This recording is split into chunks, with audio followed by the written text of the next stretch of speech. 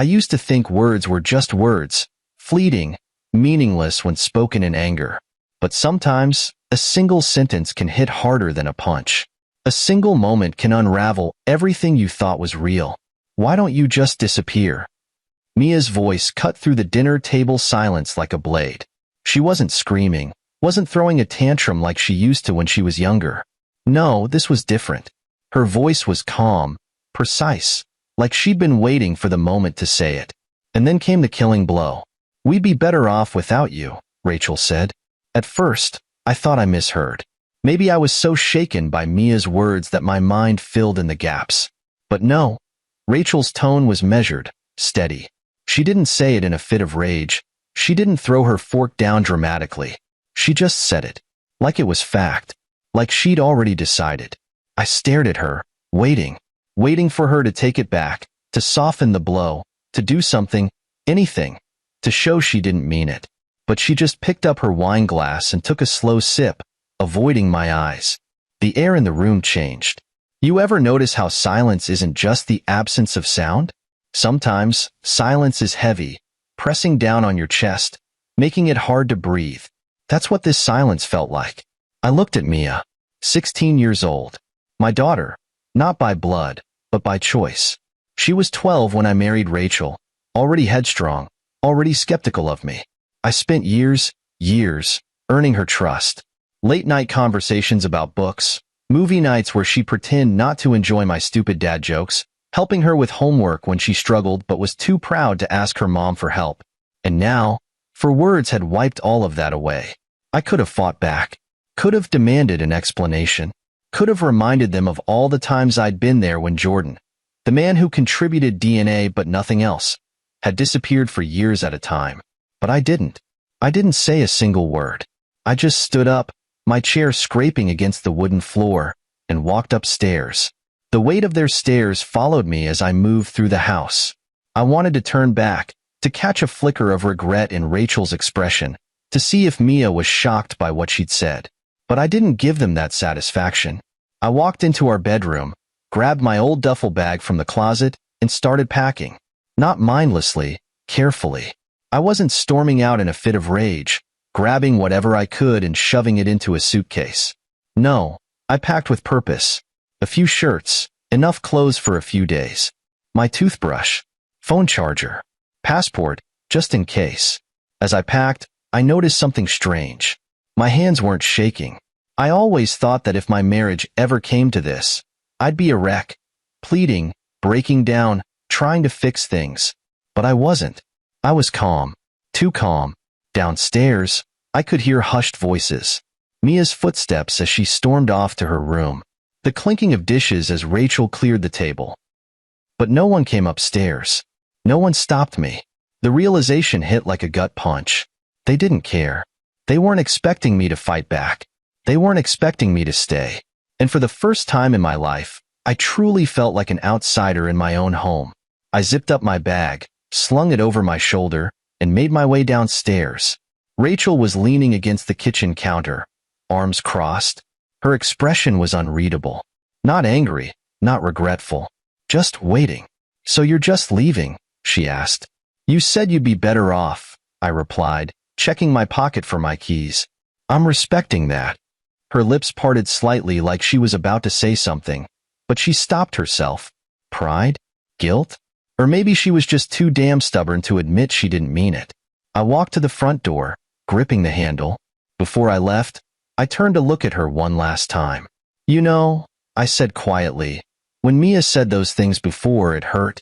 But hearing you agree, that broke something, Rachel." She blinked, just once.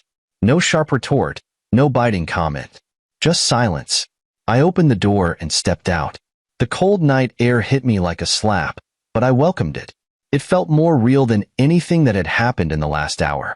I got into my car and drove away without looking back.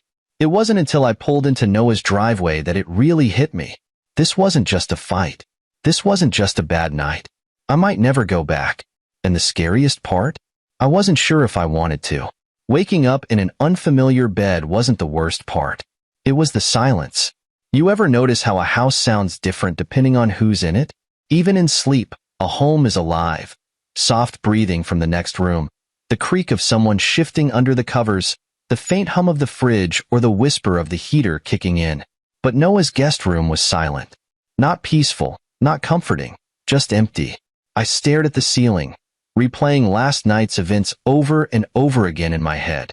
Why don't you just disappear? We'd be better off without you. The words had settled into my chest like stones, pressing down with every breath. I thought maybe, in the light of day, it would hurt less. Maybe I'd wake up to a text from Rachel saying she didn't mean it. Maybe Mia would apologize. I turned over and grabbed my phone. 27 missed calls. Rachel, Mia, even Olivia, my sister. I exhaled slowly. I should have felt relieved, right? If they were calling, it meant something had changed. Maybe regret had set in. Maybe Rachel had realized what she'd said. Maybe Mia had seen my empty chair at the breakfast table and felt a twinge of guilt. Maybe, but something felt off. Rachel wasn't the kind of person who'd call 15 times unless something was wrong. Olivia wasn't the type to get involved unless she had to. A bad feeling crawled up my spine. I sat up and pulled on my jeans, still creased from yesterday. Noah was already in the kitchen when I stepped out, scrolling on his phone, a cup of coffee in his free hand. "You look like hell," he said without looking up. "Good morning to you too," I muttered, grabbing a mug. He finally glanced at me. "You check your phone yet?" "Yeah." I took a sip of coffee. 27 missed calls. Noah raised an eyebrow. "You call back?" I shook my head.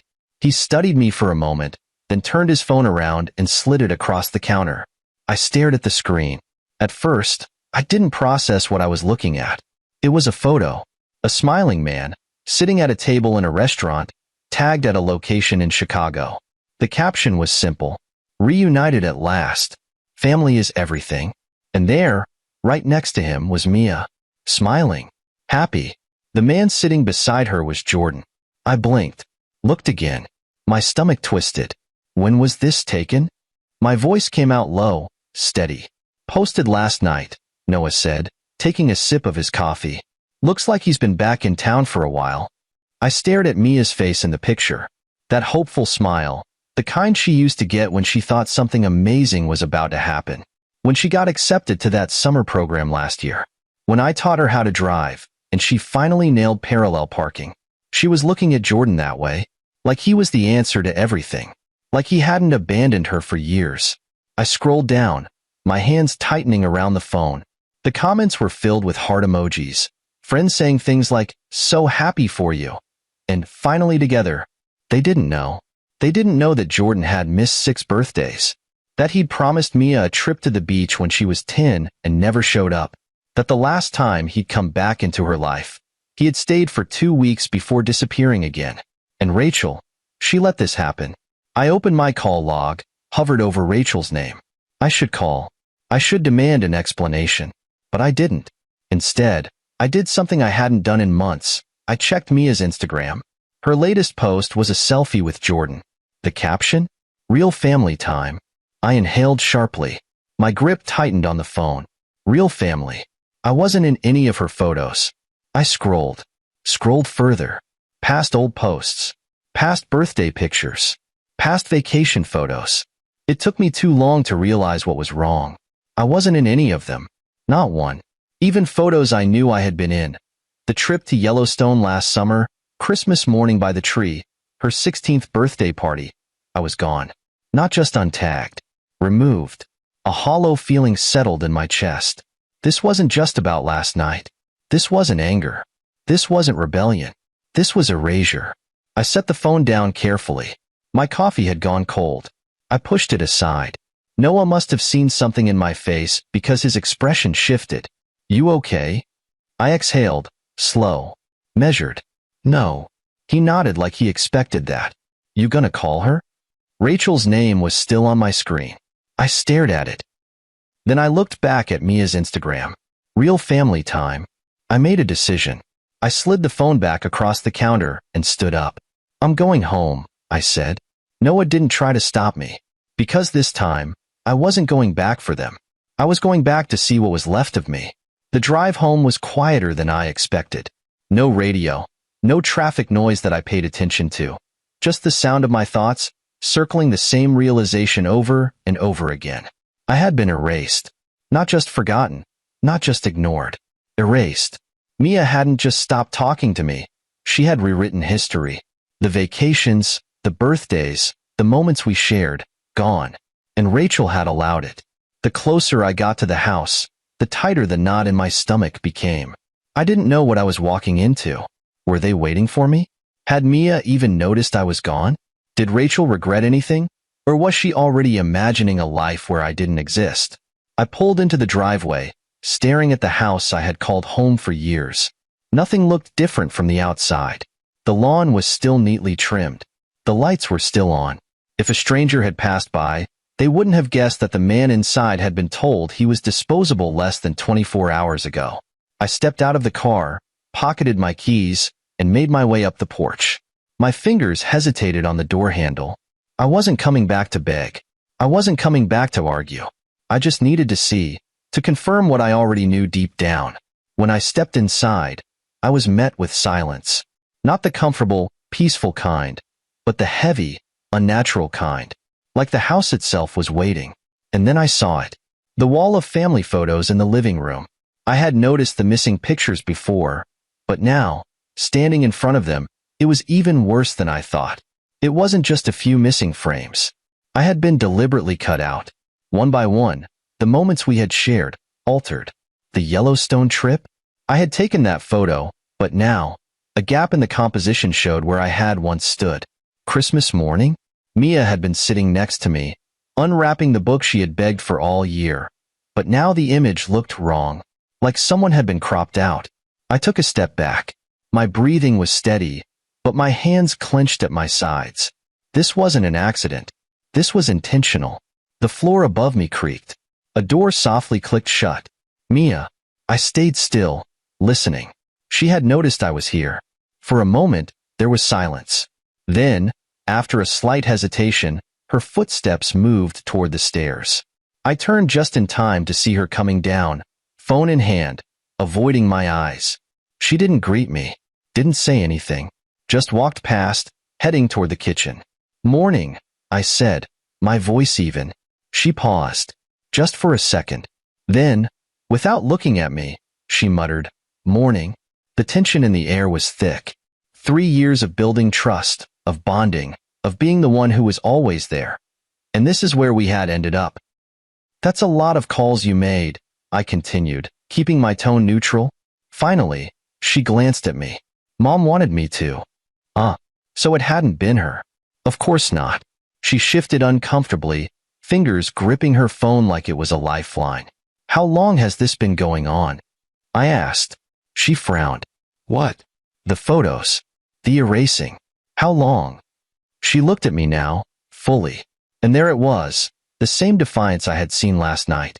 But beneath it, I caught something else. Something smaller, something fragile. Guilt. A while, she admitted. Before last night? She nodded. I let that sink in. So this wasn't just a reaction to our fight. This wasn't just a teenage outburst. She had been preparing for this. Is this what you wanted? I asked quietly. To pretend I was never here? She exhaled sharply, looking away. It's not like that. Then what's it like? Her jaw tightened. I don't know, okay? It felt easier. Easier? Yeah, she snapped. Easier than having to explain. Easier than. She cut herself off, shaking her head like she'd already said too much. I watched her carefully. Explain what, Mia? Her phone buzzed. She glanced down. I didn't have to ask who it was. Jordan. Of course. Mia, I said slowly, how long has he been talking to you? She hesitated. That was all the confirmation I needed. I took a step closer.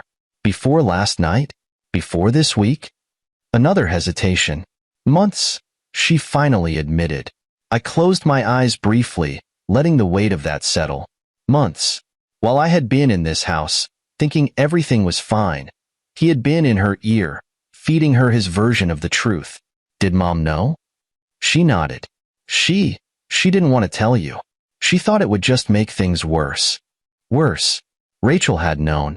She had known Jordan was back, that he was talking to Mia, filling her head with whatever lies he had convinced himself of, and she had let it happen. Did he tell you to do it? I asked, voice steady. Erase me? Mia's lips parted slightly. That flicker of guilt flashed again. She didn't answer. She didn't need to. I nodded slowly, stepping back. Got it. Mia shifted uncomfortably. It's not. I raised a hand. You don't have to explain. I turned away, heading toward the door. I had heard enough. Because now I knew the truth. This wasn't just about her being mad at me. This wasn't just about teenage rebellion. This was Jordan's influence. And Rachel had let it happen. As I walked out of the house, I knew one thing for certain. This wasn't over. I didn't drive far. I couldn't. I pulled into an empty parking lot outside a closed cafe, gripping the steering wheel so tightly my knuckles turned white. The anger that had been simmering since last night was boiling over, but it wasn't just anger. It was something worse, betrayal. Mia had been talking to Jordan for months. Rachel had known, and neither of them had told me. I pressed my forehead against the steering wheel, taking slow, measured breaths. I wasn't going to break down.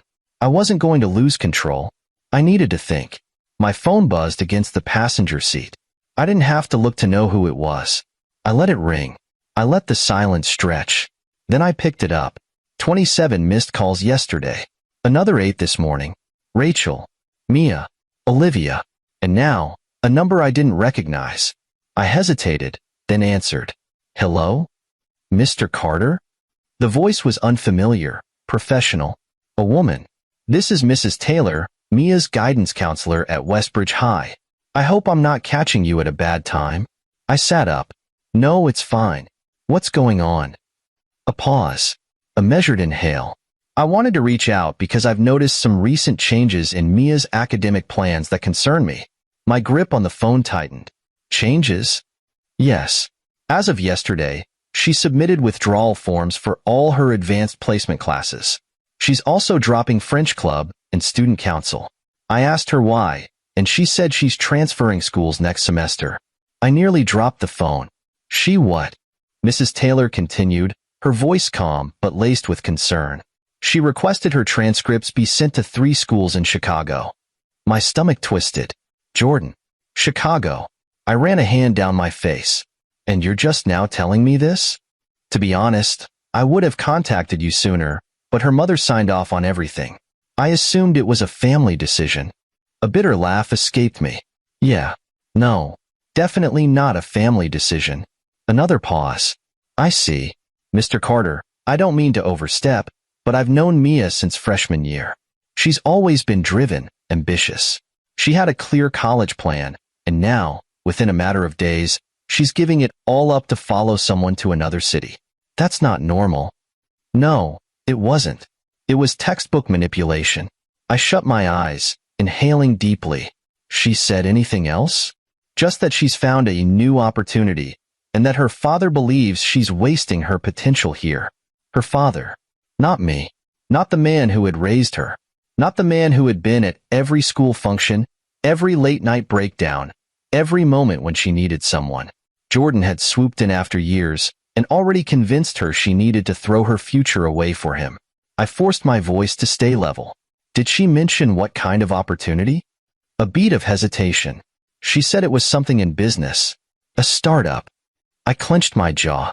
Let me guess. Her father's startup? Yes. I laughed, but there was no humor in it. Just disbelief. Just rage bubbling beneath the surface. I knew exactly what was happening. Jordan had done this before. Not just to Mia, not just to Rachel, to others. Years ago, he had convinced Rachel to loan him $20,000 for a sure-thing business venture. She never saw a dime of it. When Mia was 13, Jordan had resurfaced, promising her the world, only to vanish 2 weeks later, right after getting another $5,000 out of Rachel. And now, he was back. I exhaled slowly, gripping my knee. Mrs. Taylor, I need to ask you something, and I need you to be honest. Do you think Mia is making these decisions because she truly believes in them, or do you think she's being manipulated? Another pause. Then, quietly, I think she's being manipulated. I closed my eyes. That was all I needed to hear. Thank you, I said. I appreciate the call. If there's anything I can do, I'll handle it, I said. And I would. I hung up, staring out the windshield. Mia wasn't just pulling away from me. She was being ripped away. I knew Jordan. I knew his tricks. He was laying the groundwork for something bigger. Convincing her to erase me was just step one. The next step? Get her dependent on him. Get her financially tied to him. Make sure she feels like he's the only one who believes in her. I couldn't let that happen. I wouldn't. I took another breath, steadying myself. First things first. I needed to see Rachel. I turned the ignition, backed out of the parking lot, and headed home. When I pulled into the driveway, Rachel's car was already there. Good. I stepped out and walked up to the door, knocking sharply. A moment later, the door opened. Rachel stood there, arms crossed, eyes guarded. You're back. I pushed past her, stepping inside. Where's Mia? She's out, Rachel said, shutting the door. What's going on? I turned to face her. You tell me. Because I just got off the phone with Mrs. Taylor, and she says our daughter is dropping out of everything and transferring to Chicago. Rachel's expression faltered, just for a second. Then, her walls went back up. I was going to tell you, she said. When? My voice was sharp now. When she was already gone? Rachel sighed, rubbing her temple. Lucas, how long have you known? I interrupted. How long have you known he's been back? That he's been talking to her? That he's been filling her head with this garbage? Her lips pressed together. A few months. My stomach twisted. Months. I took a slow step closer. And you didn't think I deserved to know? Rachel lifted her chin. I thought I could handle it. You thought you could handle Jordan? I scoffed. The same man who stole from you? The same man who lied to Mia, abandoned her, disappeared for years at a time? You really thought he just wanted to be a father now? Rachel hesitated. I ran a hand down my face. Jesus, Rachel. I was scared, she snapped suddenly. All right? I was scared that if I pushed too hard, she'd cut me out, that she'd choose him. I inhaled sharply. So instead, you let her erase me. Silence. Rachel exhaled, looking away. I didn't know what to do. I nodded slowly. Well, now you don't have a choice. Rachel blinked. What do you mean? I pulled out my phone. I'm stopping this. Now. Rachel's face paled. What are you going to do? I met her eyes. I'm going to make sure he never gets the chance to do this to her, or anyone again.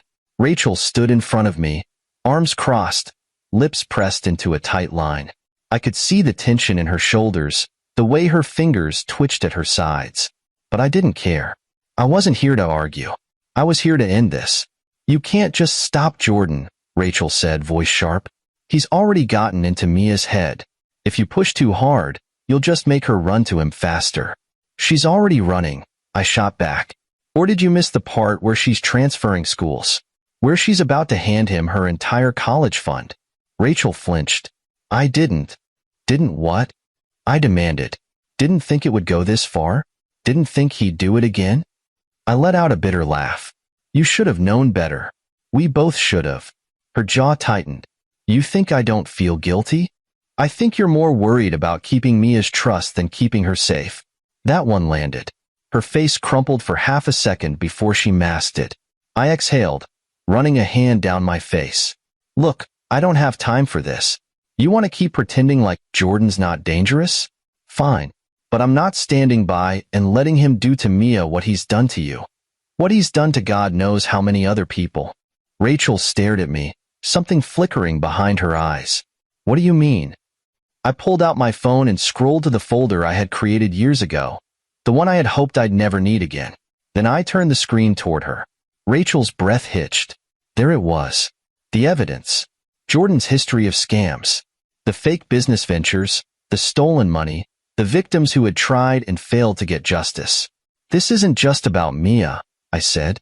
This is his pattern. He finds people, gains their trust, makes them believe in him, and then he drains them dry and moves on to the next target. Rachel's face paled as she scrolled through the files. Where did you get all this? I've been keeping track since the last time he showed up, I admitted. I had a feeling he'd come back one day. Rachel swallowed. And Mia is his next investment, I finished. Unless we stop him. Rachel stared at the phone, her hands tightening around it. For the first time, I saw real fear in her eyes. You have a plan, she finally said. I do. She hesitated. What is it? I exhaled. We take him down. Legally. Publicly. We expose him. Rachel's expression darkened. How? I glanced at my phone. With a little help, I scrolled through my contacts and called Olivia. She picked up on the second ring. Lucas, I need a favor. A pause. Is this about Mia? Yes. And Jordan. Silence. Then, what do you need? I looked at Rachel. Connections. Someone who can help us take him down for good. Olivia didn't even hesitate. I know someone at the Securities and Exchange Commission. Jordan's running a fraud scheme. If he's soliciting investments under false pretenses, they can investigate. My grip on the phone tightened. That's exactly what he's doing. He's trying to get Mia and her friend's parents to invest in his startup. Olivia cursed under her breath. All right, I'll make some calls. Send me everything you have. Already on it. We hung up, and I turned back to Rachel. Step 1. Get the SEC involved. Step 2. Get the police involved. Step 3? I smiled coldly. Set a trap? Rachel exhaled. You want to bait him? Exactly. She looked uncertain. Lucas, if we do this, Mia's going to hate us. For a while? Probably. I met her eyes. But I'd rather she hate me for stopping him than resent me for letting him ruin her life. Rachel looked away. She won't forgive me. She will, I said. Eventually. Rachel exhaled. And if this doesn't work? I shrugged. Then at least I'll know I did everything I could. Rachel hesitated, then nodded. What's the plan? I pulled up Jordan's latest text from the family group chat. Big announcement at dinner tomorrow night. Can't wait to share the news. I smirked. We're going to crash his party. The next evening, I sat outside the restaurant, watching the guests arrive. Rachel sat beside me, twisting a napkin in her hands. She looked nervous. Good. She should be. Are you sure this will work? She asked. It's already working, I said, nodding toward a black sedan parked nearby. Inside? Federal agents. And inside the restaurant? 3 parents wearing hidden microphones. Jordan was about to sell them on his fake company, and we were about to catch him in the act. Rachel exhaled. Mia's inside. I know. She's going to be furious. I know. She looked at me. You still want to do this? I turned to her. Would you rather let her sign over her college fund to a con artist? Rachel didn't answer. I opened the car door. Let's go. Inside, the restaurant was buzzing with conversation. Jordan sat at the head of a long table, exuding confidence, smiling at Mia like she was his prized possession. I wanted to break his nose. Instead, I walked forward. Jordan's smile faltered when he saw me. Lucas, he said, feigning surprise. Didn't expect to see you here. I smirked. I figured if you were having a family dinner, I should be invited. Mia's face darkened. Dad, what are you doing here? I ignored her, turning to Jordan. So, tell me about this business opportunity. I hear it's a once-in-a-lifetime investment. Jordan's smile didn't waver, but I saw the flicker of hesitation. That's right, he said smoothly. I'm giving my family and close friends the chance of a lifetime. I nodded. And all you need is a few $100,000 from the people you love? His eyes sharpened. Lucas, I don't think this is the time or place. I smirked. Actually, it's the perfect time. I turned toward the doorway. Because there are some people who'd like to join us. On cue, the agents entered. Jordan's face drained of color. The agents walked straight toward him. Jordan Williams? Jordan stood quickly. There must be some mistake. There's no mistake, one agent said, holding up a folder. We have evidence of securities fraud, wire fraud, and investment fraud. You're under arrest. Mia gasped. Jordan turned to her. Sweetheart, I don't know what's happening. This is just a misunderstanding. Mia looked at me, wide-eyed. And for the first time in months, I saw doubt in her face. Dad, she whispered. I met her gaze. I told you, kid. Real family protects you. And as Jordan was cuffed and dragged away, I saw the moment Mia realized. I had never been the villain in this story. The restaurant was silent. The kind of silence that comes after a disaster, after the dust has settled but no one knows what to say. Jordan was gone. The federal agents had led him out in handcuffs, their voices calm, professional, as they read him his rights. A few guests had gasped, others had frozen in place, not sure whether to pretend they hadn't just witnessed a takedown or to start whispering about it immediately. But the only reaction I cared about was Mia's. She stood there, unmoving, staring at the door Jordan had just been dragged through. Her shoulders were tense, her hands clenched into fists at her sides. I could see it happening in real time, the shattering of the illusion. I took a careful step toward her. Mia, don't, she snapped. Her voice was sharp, but it wavered, just enough to tell me she was trying to hold herself together. She turned slowly, her eyes blazing. But beneath the anger, I saw something else. Betrayal. You set him up, she said. I held her gaze. I protected you. Protected me? Her voice rose slightly, sharp enough that a few lingering guests looked over before awkwardly turning away. You ambushed him. You got him arrested. I exhaled. Mia, listen to me. Jordan wasn't who you thought he was. He was. I know who he is, she shouted, her face red now. He's my father. I flinched. I didn't mean to, but it hit harder than I expected. Not because she still saw him that way, but because she said it like I wasn't. Rachel placed a hand on Mia's arm, her voice soothing. Sweetheart, he was scamming you. He was scamming all of us. Mia yanked her arm away. You both lied to me. You humiliated him in front of everyone. Do you have any idea how that felt? Rachel's face fell. Mia, I hate you. The words cut through the room like a whip. Rachel froze. I swallowed hard. Mia's chest was rising and falling fast, her breaths uneven, tears brimming in her eyes. But she wasn't done. I trusted you, she said, voice breaking. I thought. She shook her head violently. You didn't have to do this. You didn't have to ruin everything. Rachel tried again. Mia, we were trying to keep you safe. Mia let out a sharp, bitter laugh. Right. Safe. She turned her glare on me. You never wanted me to have a relationship with him. You just waited for an excuse to get rid of him. My jaw clenched. That's not true. Isn't it? She challenged. You were jealous. You couldn't stand that he came back, that I wanted to be with him. I exhaled slowly, pushing down the frustration, the exhaustion, the sheer helplessness of trying to reach her through the anger. You know what hurts the most? She continued, voice trembling. I thought you were different. I thought you actually. She cut herself off, pressing her lips together, shaking her head. I stepped closer. Mia, I love you. Her breath hitched, just barely. No, you don't. You just want to control me. That one hurt. That one hurt like hell.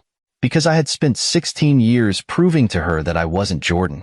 That I wouldn't leave, that I wouldn't hurt her, that I wouldn't lie. And now, in her eyes, I was the villain. I nodded slowly. Okay, I said, voice steady. If that's what you believe, then I won't try to convince you otherwise. Mia blinked, caught off guard. But let me ask you one thing, I continued. If he was innocent, why did he run? She opened her mouth, then closed it. I stepped closer.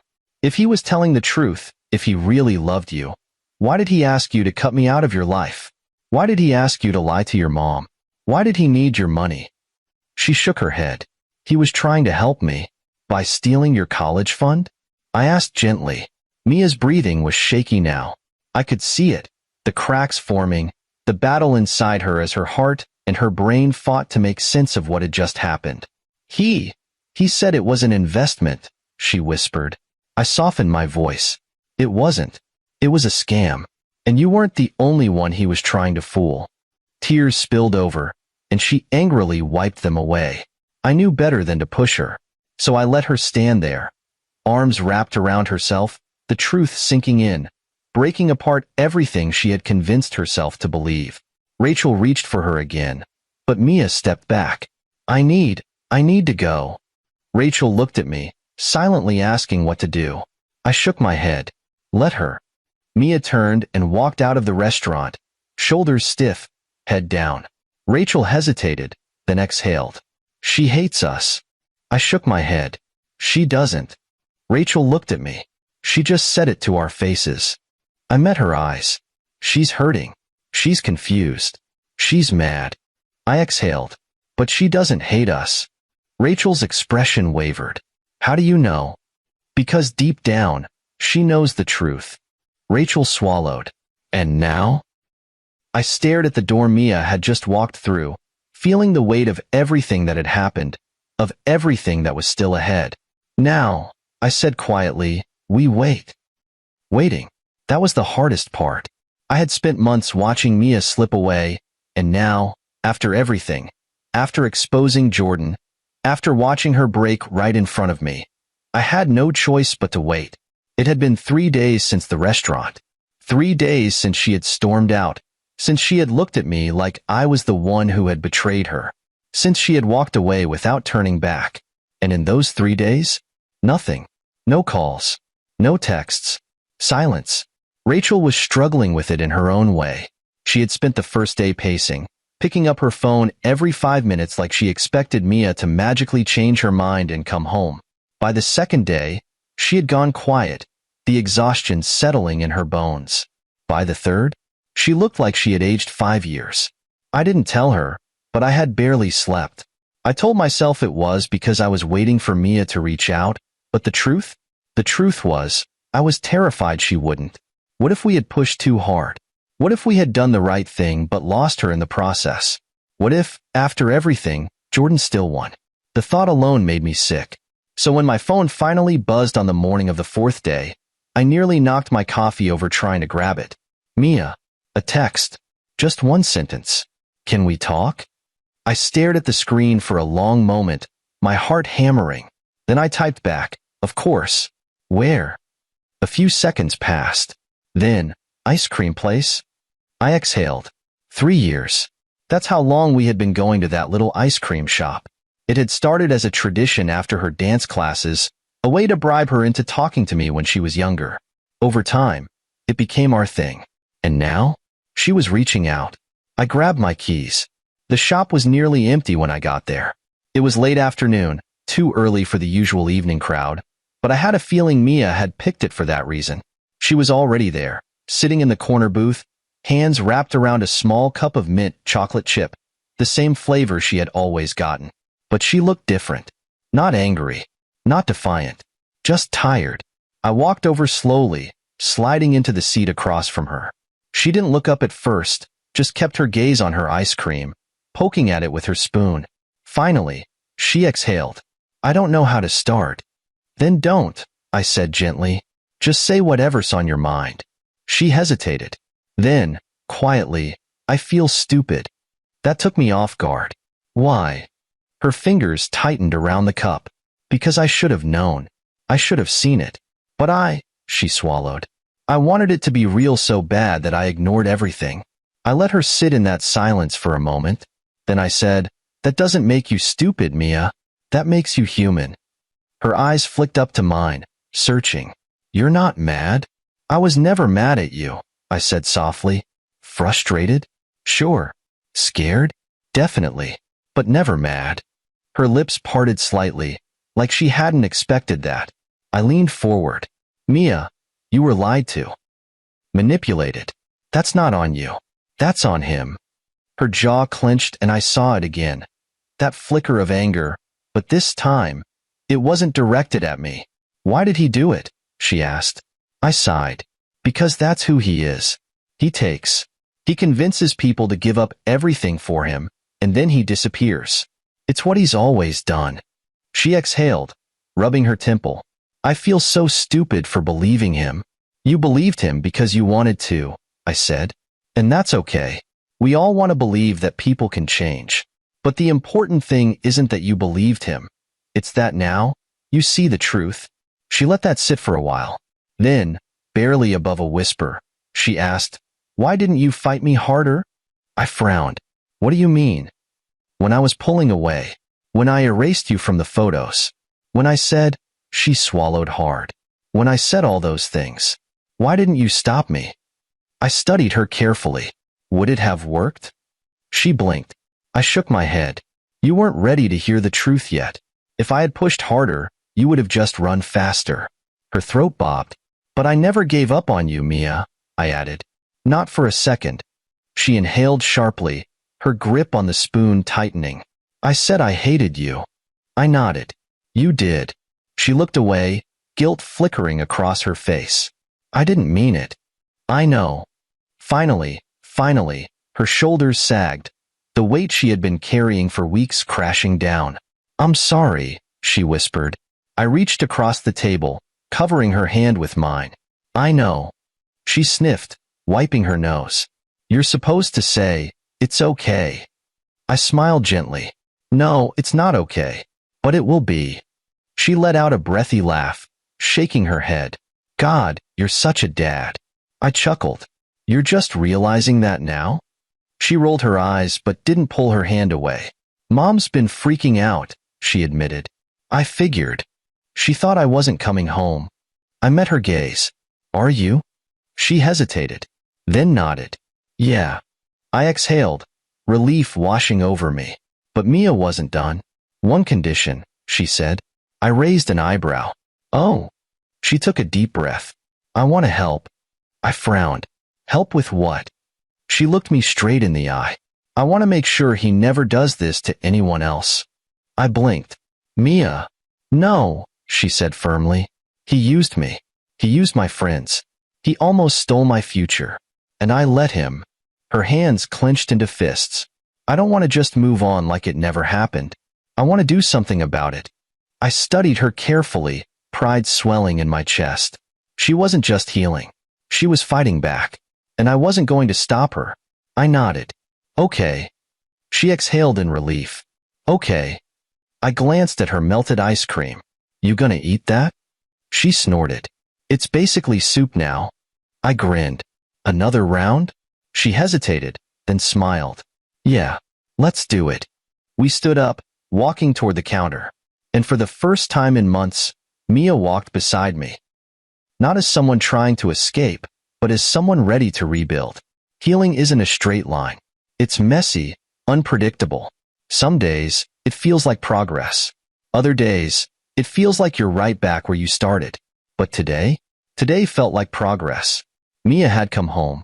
Rachel and I had been sitting in the living room when we heard the front door unlock. The sound was so normal, so routine, that for a second, neither of us reacted. But then I saw Rachel freeze, her hands tightening around the throw pillow on her lap. I turned just in time to see Mia step inside. She wasn't carrying a suitcase, wasn't making a dramatic entrance. She just walked in, like she had done 1,000 times before. Rachel shot up from the couch. Mia? Mia hesitated in the doorway.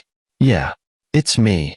For a long, painful moment, Rachel didn't move. Like she wasn't sure if this was real, or if one wrong word would make Mia walk right back out. Then, she took a careful step forward. Are you? Yeah, Mia cut in. I'm staying. Rachel's breath hitched. I saw her throat bob as she swallowed the emotions threatening to spill over. Oh, sweetheart. Before she could finish, Mia crossed the room and hugged her. Rachel collapsed into the hug, wrapping her arms around Mia like she was afraid to let go. I sat back, watching them, letting them have this moment. Then Mia turned to me. She didn't rush toward me the way she had with Rachel, but she didn't hesitate, either. She just looked at me for a long second, then nodded. I meant what I said at the ice cream shop, she murmured. I nodded back. I know. And just like that, the weight I had been carrying for weeks finally started to lift. She was home. The next few days felt lighter. Mia wasn't avoiding us anymore. She didn't immediately go to her room and shut the door. She was still quiet, still processing everything, but she was here. She asked Rachel for help with her history project. She sat next to me on the couch and stole my popcorn during a movie. She stayed at the dinner table instead of rushing off after eating. Small things. Huge things. Then, one night, she knocked on my office door. I looked up from my laptop. Hey, kid. She stepped inside, holding a manila envelope. "I found this in my room," she said, placing it on my desk. "Jordan asked me to mail it last week." I frowned, picking it up. "What is it?" "Investment paperwork. For his startup." I flipped through the documents, my stomach twisting. Sure enough, it was exactly what I thought it was. A contract for an initial investment of $50,000. "Mia," I said slowly, "were you actually going to sign this?" She shifted uncomfortably. I thought about it. I wanted to prove I believed in him. I exhaled sharply. "And now?" She met my gaze. "I want to add it to the evidence file." I studied her. "You sure?" "Yeah." She squared her shoulders. "I want to be the one to hand it over." A slow smile tugged at the corner of my mouth. "All right." I reached for my phone. "Tomorrow morning, we deliver it together." The next morning, we walked into the district attorney's office. Mia had been quiet in the car, but now, as we stood in the hallway, I could see her nerves creeping in. She was gripping the envelope tightly, her fingers twitching slightly. I nudged her. "You okay?" She nodded quickly. "Yeah, it's weird." "What is?" She exhaled. "I spent so long thinking he was the one person who really saw me, who believed in me. And now, I'm helping put him away." I nodded. "That's not easy." She let out a soft laugh. "No, it's really not." I glanced at her hands. "You don't have to do this if you're not ready." She tightened her grip on the envelope. "I am." Before I could say anything else, the door opened, and a woman in a navy blue suit stepped out. "Mr. Carter?" "Mia." Mia straightened. "That's us." The woman smiled. "I'm Assistant District Attorney Wells. Come on in." The meeting didn't take long. Mia handed over the documents. She answered their questions. She told them everything she had heard Jordan say, every promise he had made, every lie he had fed her. She didn't hesitate. And when we left the office, stepping out into the cool morning air, she let out a deep breath and smiled. I raised an eyebrow. That a relief smile or a nervous smile? "A little of both," she admitted. I grinned. "Proud of you, kid." She smirked. "You gonna start saying kiddo next?" "Absolutely not," I said. "You'd disown me." She laughed, really laughed. And God, I had missed that sound. Then she nudged me. "Ice cream?" I blinked. "At 10 in the morning?" She grinned. "Breakfast of champions." I shook my head, chuckling. "Let's do it." And as we walked down the sidewalk, heading toward our favorite shop, I realized something. This wasn't just healing. This was rebuilding. Mia had made a choice. She had chosen the truth. She had chosen to fight back. And most importantly, she had chosen me. For my 38th birthday, my wife's mother gifted me divorce papers. From all of US, she announced at the restaurant. My wife recorded my reaction for their entertainment.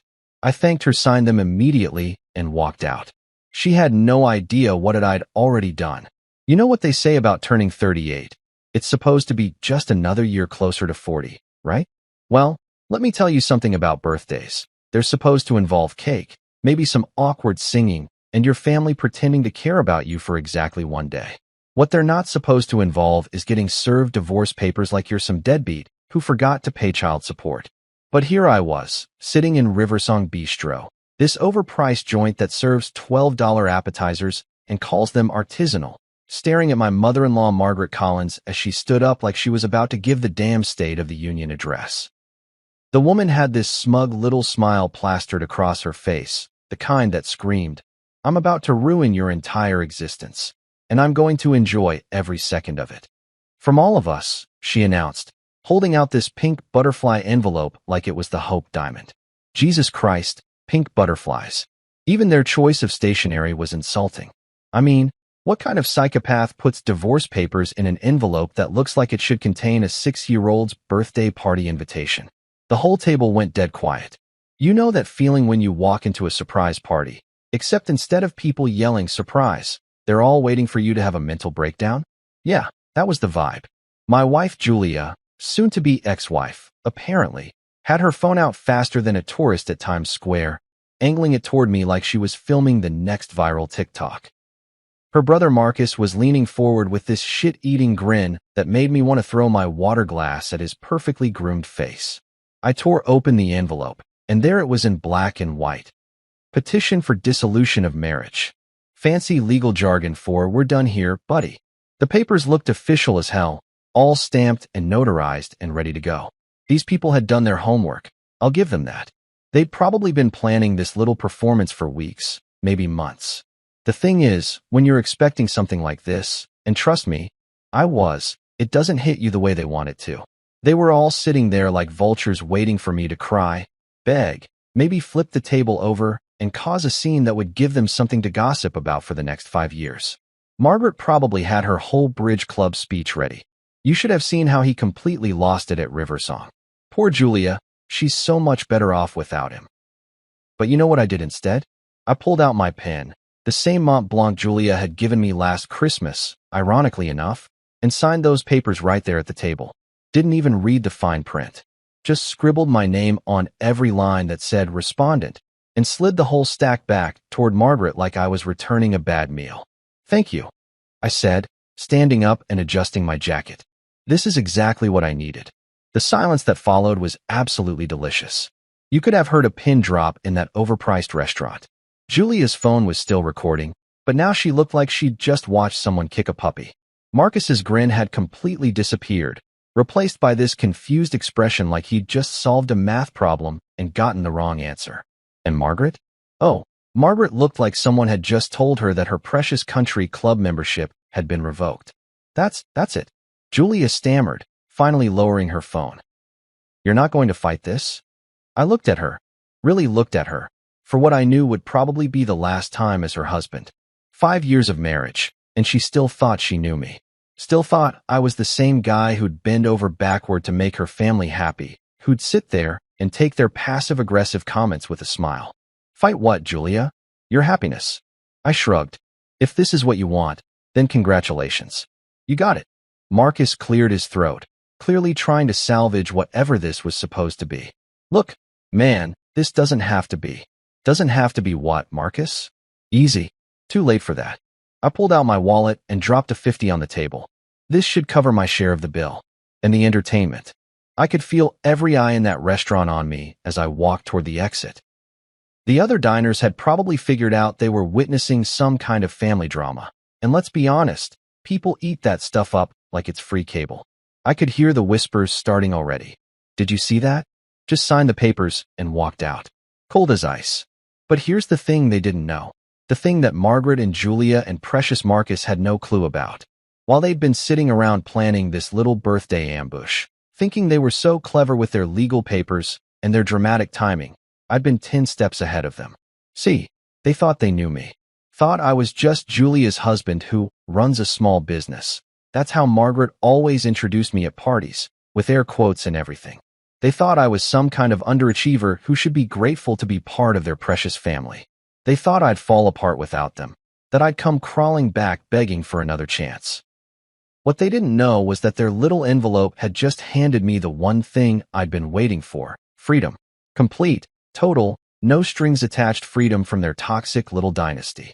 As I pushed through the restaurant doors and stepped out into the cool evening air, I felt lighter than I had in years. No more family dinners where I was the punchline. No more Margaret's condescending comments about my cute little company. No more pretending to laugh at Marcus's jokes about how real men work in corporate America. I pulled out my phone and scrolled to a contact I'd been saving for exactly this moment. "Claire," I said when my sister picked up. "It's done. They actually went through with it. Jesus, they really served you divorce papers at your birthday dinner. Pink butterfly envelope and everything. I'm telling you. These people have no sense of irony." Claire laughed, the first genuine laugh I'd heard in months. "So what now?" I looked back through the restaurant window. I could see Margaret gesticulating wildly, probably trying to explain to the table why their brilliant plan had just backfired spectacularly. Julia was staring at the signed papers like they might suddenly burst into flames. Marcus looked like he'd swallowed something unpleasant. "Now," I smiled, turning away from the window and walking toward my car. "Now the real fun begins." Because here's what Margaret Collins and her perfect little family were about to find out. When you try to destroy someone's life, You better make damn sure you actually can. And they had absolutely no idea what they'd just unleashed. 3 days before my birthday disaster at Riversong Bistro, I was having one of those days where everything goes wrong from the minute you wake up. You know the kind. Coffee maker breaks, traffic's a nightmare, and your biggest client decides they want to revisit the terms of a contract you've been working on for months. So when I pulled into my driveway at 2:30 in the afternoon instead of my usual 6 o'clock, all I wanted was to grab a beer, maybe catch the last half of whatever game was on, and pretend the rest of the world didn't exist. But apparently, the universe had other plans. I walked through the front door expecting the usual afternoon silence. Julia would be at her yoga class or getting her nails done or doing whatever it is that women who don't work do with their afternoons. Instead, I heard this weird shuffling sound coming from the dining room, like someone was frantically organizing papers. Now, let me paint you a picture of our dining room. It's this formal space that Julia insisted we needed because proper families have proper dining rooms. We've probably eaten in there maybe 6 times in 5 years of marriage, and most of those were when Margaret came over to judge our furniture choices. The rest of the time, it's basically a very expensive storage room for Julia's craft projects and whatever random crap accumulates when you have too much house and not enough purpose. So hearing activity in there was already weird. But what I saw when I peeked around the corner, that was straight up suspicious as hell. There was Margaret Collins, hunched over our dining table like some kind of evil secretary, wearing those reading glasses that made her look like a librarian who'd snap your head off for returning a book late. She had papers spread out everywhere, official-looking documents with letterheads and seals, and all that legal mumbo-jumbo that makes your stomach drop even when you're not doing anything wrong. But here's the kicker. She had a red pen in her hand, and she was marking up these papers like a teacher grading the worst essay she'd ever read, making notes in the margins, circling things, drawing arrows, the whole 9 yards. This wasn't just reading. This was editing. This was strategizing. And sitting right next to her elbow was one of those festive birthday envelopes, pink with little butterflies all over it, just waiting to be filled. I stood there for maybe 10 seconds, watching her work, before my brain caught up with what I was seeing. This wasn't some random paperwork. This wasn't Margaret helping Julia organize our insurance policies or updating our will. This was something else entirely, something that required secrecy and planning and apparently a lot of red ink. That's when I decided to make my presence known. "Hey, Margaret," I said, stepping into the room like I hadn't been standing there watching her little document editing session. "Didn't expect to see you here." Holy shit, you should have seen her reaction. The woman practically launched herself into orbit. Papers went flying, the red pen shot across the table like a tiny missile, and those reading glasses nearly flew off her face. For a split second, she looked exactly like what she was, someone who'd been caught red-handed doing something she definitely shouldn't have been doing. But Margaret Collins didn't get to be the queen bee of the Willowbrook Country Club by folding under pressure. Within about 3 seconds, she'd gathered up all those papers like she was shuffling a deck of cards, slid them into that butterfly envelope faster than a Vegas dealer, and put on that fake smile that could win Academy Awards.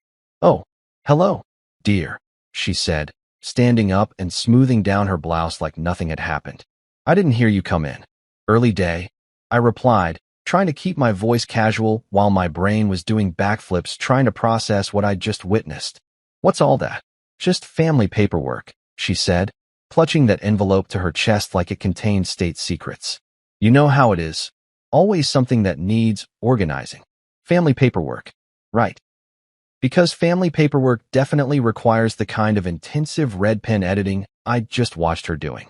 Because family paperwork definitely needs to be hidden in birthday card envelopes when the actual family member walks into the room." I nodded like I believed her, because what else was I going to do? Accuse my mother-in-law of plotting against me based on 30 seconds of suspicious behavior? That's the kind of thing that gets you labeled as paranoid and crazy, the kind of thing that gives people ammunition to use against you later. "Where's Julia?" I asked instead. "Oh, she'll be down in a minute," Margaret said, still holding that envelope like it might explode. "She's just finishing up a phone call." As if on cue, I heard footsteps on the stairs, and Julia appeared in the doorway a few seconds later.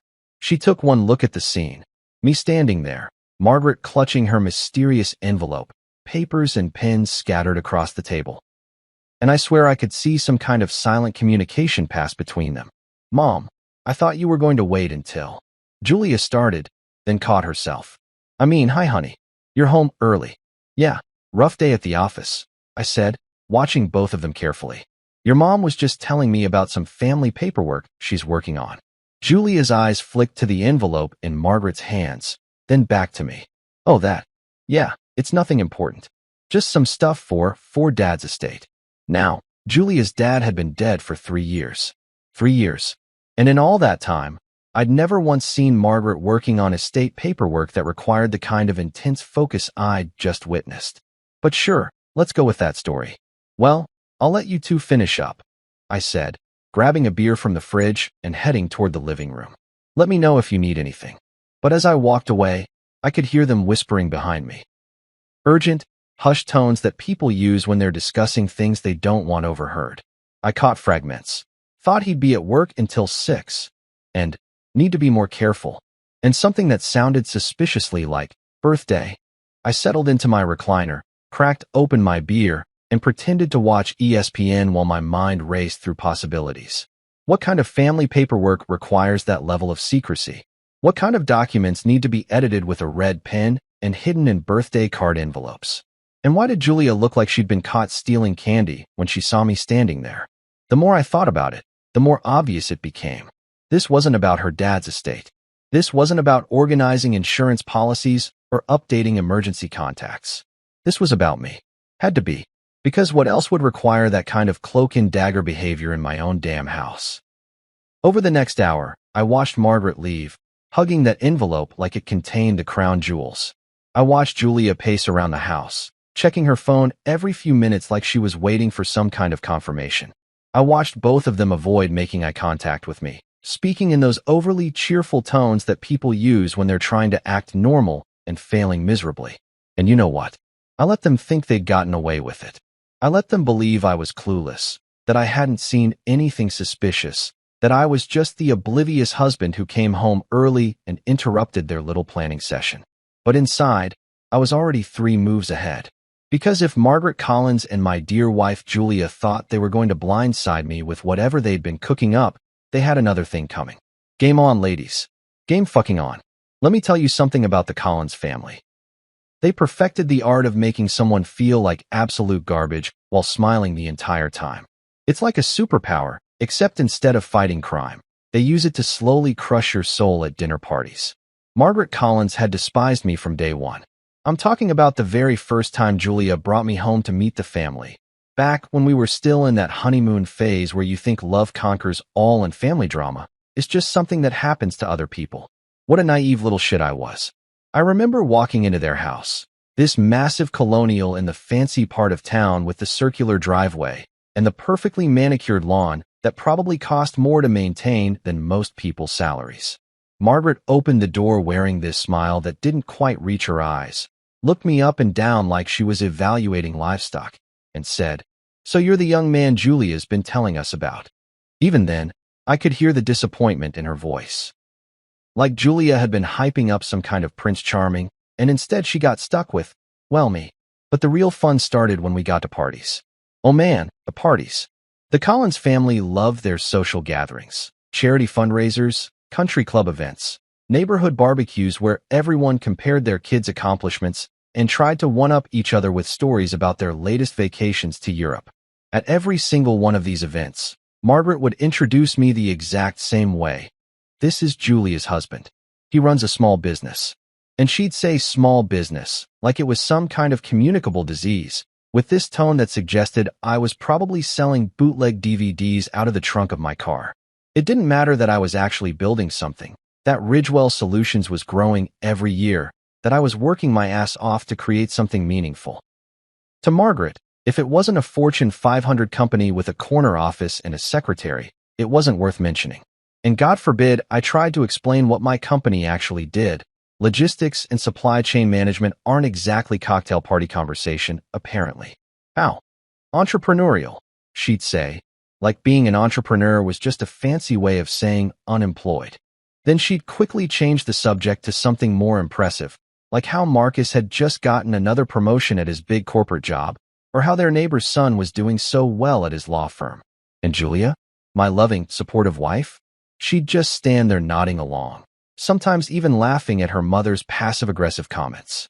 Not once, not fucking once, did she ever jump in to defend me or correct her mother's dismissive attitude.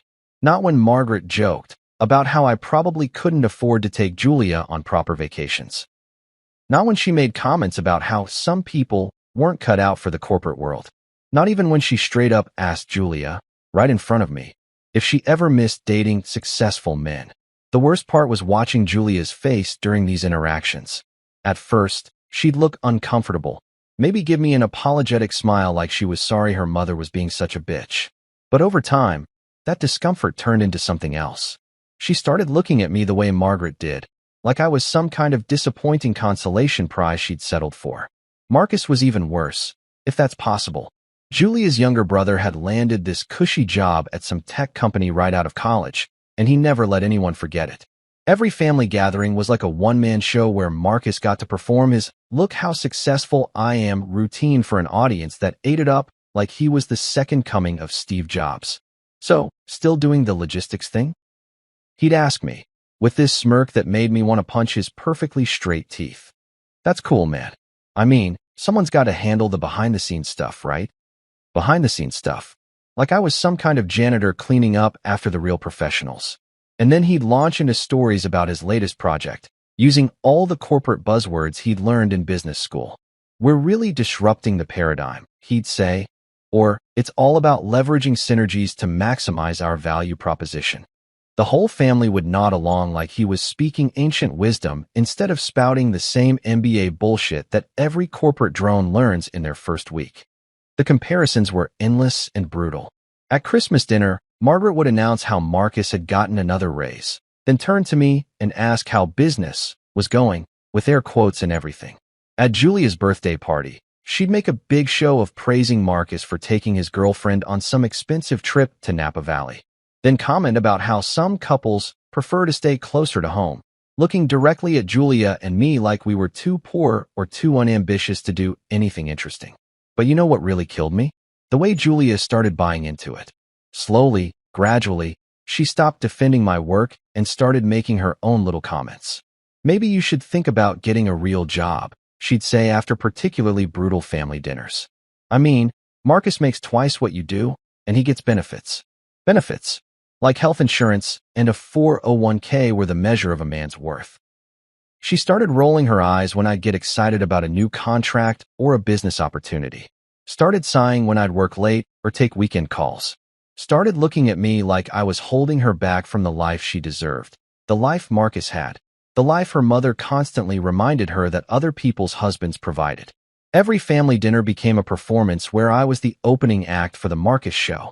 He'd talk about his company's IPO plans, his stock options, his corner office with the view of downtown. The whole family would hang on every word like he was reporting live from the moon. And me? I got to sit there and smile while they praised him for doing exactly what millions of other corporate drones do every day. Showing up, following orders, and collecting a paycheck. Meanwhile, I was out there building something from scratch, creating jobs, solving problems, taking real risks. But because it didn't come with a fancy title and a corporate expense account, it didn't count. The crazy part was, I actually liked Marcus at first, before I realized what a pretentious asshole he'd become, back when he was just Julia's annoying little brother instead of the golden child who could do no wrong. But success had gone to his head, and Margaret's constant praise had turned him into this smug, condescending prick who thought his corporate job made him better than everyone else. You know, he said to me once at a barbecue, if you ever want to get serious about your career, I could probably get you an interview at my company. I mean, they're always looking for people to handle the operational stuff. Operational stuff. Like I was applying to be his assistant. But the absolute worst part, the thing that really drove the knife home, was watching Julia transform from the woman who'd fallen in love with my ambition and drive into someone who saw those same qualities as embarrassing flaws. She stopped asking about my work, stopped celebrating when I landed big contracts, stopped believing that what I was building mattered. Instead, she started looking at other couples at parties, comparing what their husbands did for a living, wondering out loud why she couldn't have the same lifestyle as her friends.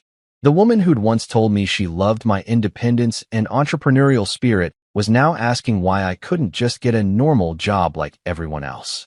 And through it all, Margaret kept chipping away, one dinner party at a time, one passive-aggressive comment at a time, until she'd successfully convinced her daughter that she'd married beneath her station.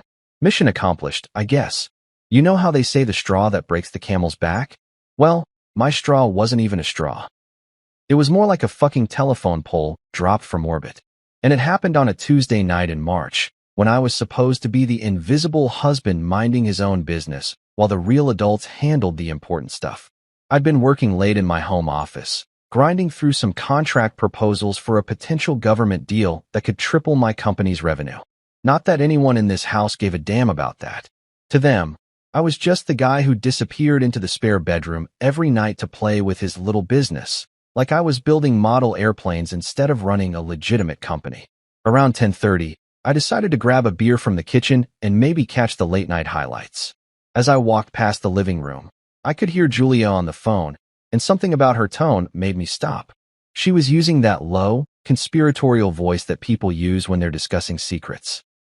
The kind of voice that immediately makes you want to know what the hell they're talking about.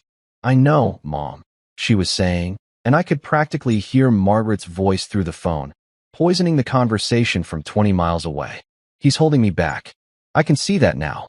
I stood there in the hallway, beer forgotten, feeling like someone had just punched me in the gut. Holding her back? From what exactly? From sitting around the house all day, spending money she didn't earn? From going to lunch with her vapid friends and complaining about how boring her life was? "Marcus's friend owns the company," Julia continued, and now I was fully eavesdropping, pressed against the wall like some kind of spy movie cliché. "He says there's a position opening up in their marketing department that would be perfect for someone with my background." Her background. Right. Julia had a communications degree from a state school and exactly 0 years of work experience since we'd gotten married. But apparently, that qualified her for some marketing position at whatever company Marcus's buddy ran. Nepotism at its finest. "It pays really well, too," she said, and I could hear the excitement creeping into her voice. Like, really well. More than enough to support myself, you know? Support herself. Jesus Christ. She was already planning her exit strategy, calculating how much money she'd need to ditch her disappointing husband and start fresh. And she was doing it with help from Marcus and his corporate connections, naturally. "I just need to wait for the right time," Julia went on. "Maybe after his birthday? I don't want to ruin his special day or anything." How fucking considerate of her. Don't ruin my birthday by leaving me. Wait until after the cake and presents to drop the bomb. That's real class right there. "No, Mom, I'm not going to just walk away with nothing," she said, and now her voice took on this calculating edge that I'd never heard before. "I've been married to him for 5 years. I deserve something for putting up with, well, you know, his lack of ambition, his stubbornness about staying in that dead-end business." Dead-end business. The company I'd built from scratch, the thing I poured my heart and soul into every single day, reduced to a dead-end business by my loving wife and her poisonous mother. "Marcus says his lawyer friend could help with that," Julia continued. "Make sure I get what I'm entitled to. Half the house, alimony, maybe even part of his business if we can prove I contributed to its success somehow. Part of my business." They wanted to take a piece of the company I'd built with my own blood, sweat, and tears. The company they'd spent years dismissing and belittling was suddenly valuable enough to steal when it served their purposes. "It's just a matter of time before everything's official," she said, and I could hear her moving around the living room, probably pacing the way she did when she got excited about something. "I mean, I've already been talking to David, Marcus's friend, about the position. He's very interested in what I could bring to the company." David. She was already on a first-name basis with her future boss, the guy who was going to rescue her from her terrible life with her underachieving husband. I wondered if Marcus had set up that introduction personally, or if Margaret had orchestrated the whole thing from behind the scenes. I know. Julia laughed, and the sound made my skin crawl. "I should have listened to you years ago. You tried to warn me about marrying someone so unestablished. But you know how I was back then. I thought love was enough. Love was enough. Past tense. Because apparently, whatever I'd thought we'd had, wasn't love anymore." It was just an inconvenient obstacle standing between Julia and the life she deserved. Well, better late than never, right? She said. And it's not like he'll be surprised. I mean, he has to know this isn't working. We barely talk anymore. We don't have anything in common, and God knows the physical side of things is. She trailed off, but I could fill in the blanks. Apparently, our sex life was now part of the evidence for why she needed to escape this horrible marriage. Nothing like having your wife discuss your bedroom performance with your mother-in-law to really drive the humiliation home. Marcus thinks I should just rip the Band-Aid off, Julia said. But I want to do this right, you know? Clean and simple. No drama, no fighting. Just a quick divorce, and everyone moves on with their lives. Clean and simple. A quick divorce. Like 5 years of marriage could be dismissed as easily as returning a sweater that didn't fit right. I just need to be smart about it, she continued. Make sure I have everything lined up first. The job, the lawyer, maybe even an apartment. I don't want to depend on him for anything during the transition. The transition. She'd already planned out her entire post-marriage life, complete with a new job courtesy of Marcus's connections and legal advice from yet another friend of the family. Meanwhile, I was supposed to be the clueless husband who never saw it coming. You're right, Mom, Julia said, and now she sounded almost giddy with anticipation. This is going to be the best thing that ever happened to me. I can finally start living the life I was meant to have. The life she was meant to have. Not the life we were building together, not the partnership I'd thought we had, but some fantasy existence where she was married to a guy like Marcus instead of stuck with a loser like me. I stood there in that hallway for what felt like hours, but was probably only a few more minutes, listening to my wife plan my destruction with the same enthusiasm most people reserve for vacation planning. She was going to leave me, take half of everything I'd worked for, and do it all with a smile while her family cheered her on from the sidelines. When she finally hung up, I crept back to my office and closed the door, my hands shaking as I sat down at my desk. For the first time in years, I felt completely alone in my own house. The woman sleeping in my bed, eating food I paid for, living in a house I'd bought, was actively plotting against me with the full support of her toxic family. That night, I didn't sleep at all. I sat in my office chair, staring at my computer screen, replaying every word of that conversation over and over again. Julia thought she was being so clever, so strategic. She had no idea that her clueless husband had just heard every detail of her brilliant plan. But here's the thing about underestimating people. Sometimes it comes back to bite you in the ass.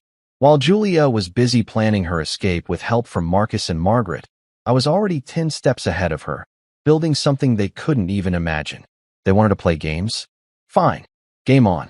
Here's the thing about being underestimated. It's actually a hell of a superpower when you know how to use it. While Margaret Collins was busy telling everyone at her bridge club about her daughter's poor choice in husbands, and Julia was rolling her eyes every time I mentioned a new contract, I was quietly building an empire right under their noses. See, they were so obsessed with appearances, so focused on corporate titles and corner offices, that they completely missed what was actually happening in their own house. To them, I was just the guy who disappeared into the spare bedroom every night to work on his cute little logistics company. They had no idea that their small business owner was about to become richer than Marcus would ever dream of being. It started about 4 years ago, right around the time Margaret's passive-aggressive comments were reaching peak toxicity. I'd been running Ridgewell Solutions for 6 years at that point, and we were doing okay. Not spectacular, but solid enough to pay the bills and keep Julia in the lifestyle she'd grown accustomed to. But, okay, wasn't going to cut it anymore. Not when I had to listen to Marcus brag about his 6-figure salary every damn weekend. So I decided to get serious. Really serious. The first move was acquiring Peterson Freight, a smaller company that was struggling with cash flow but had some killer government connections. The owner, Bill Peterson, was about ready to retire anyway, and I made him an offer he couldn't refuse. Not because I threw ridiculous money at him. I wasn't exactly swimming in cash back then, but because I offered him something better. A partnership deal where he'd stay on as a consultant and still get a cut of the profits. Julia barely noticed when I told her about the acquisition. That's nice, honey, she said, not even looking up from her phone. Does this mean you'll be working even later now? If she'd bothered to ask questions, real questions about what Peterson Freight brought to the table, She might have realized that Bill Peterson had connections with the Department of Defense, government contracts that could turn a mid-sized logistics company into something much, much bigger. But Julia didn't ask questions. Neither did Margaret. Neither did Marcus, who was too busy humble bragging about his latest promotion to pay attention to what his loser brother-in-law was actually doing. The second acquisition came 18 months later, Crawford Supply Chain, a company that specialized in cold storage and pharmaceutical logistics. This one was trickier because Crawford was actually profitable, but they'd gotten themselves into some legal trouble with a contamination scare that wasn't even their fault. The media had crucified them, their stock price tanked, and suddenly they were willing to sell for about 60 cents on the dollar. I borrowed against everything I had, the house, my personal savings, even my fucking car, to make that deal happen. It was the kind of risk that keeps you awake at night, the kind of bet that could either make you rich or destroy your life completely. Julia noticed the paperwork that time, mainly because I had documents spread all over the dining room table for about 2 weeks while my lawyers and accountants worked out the details.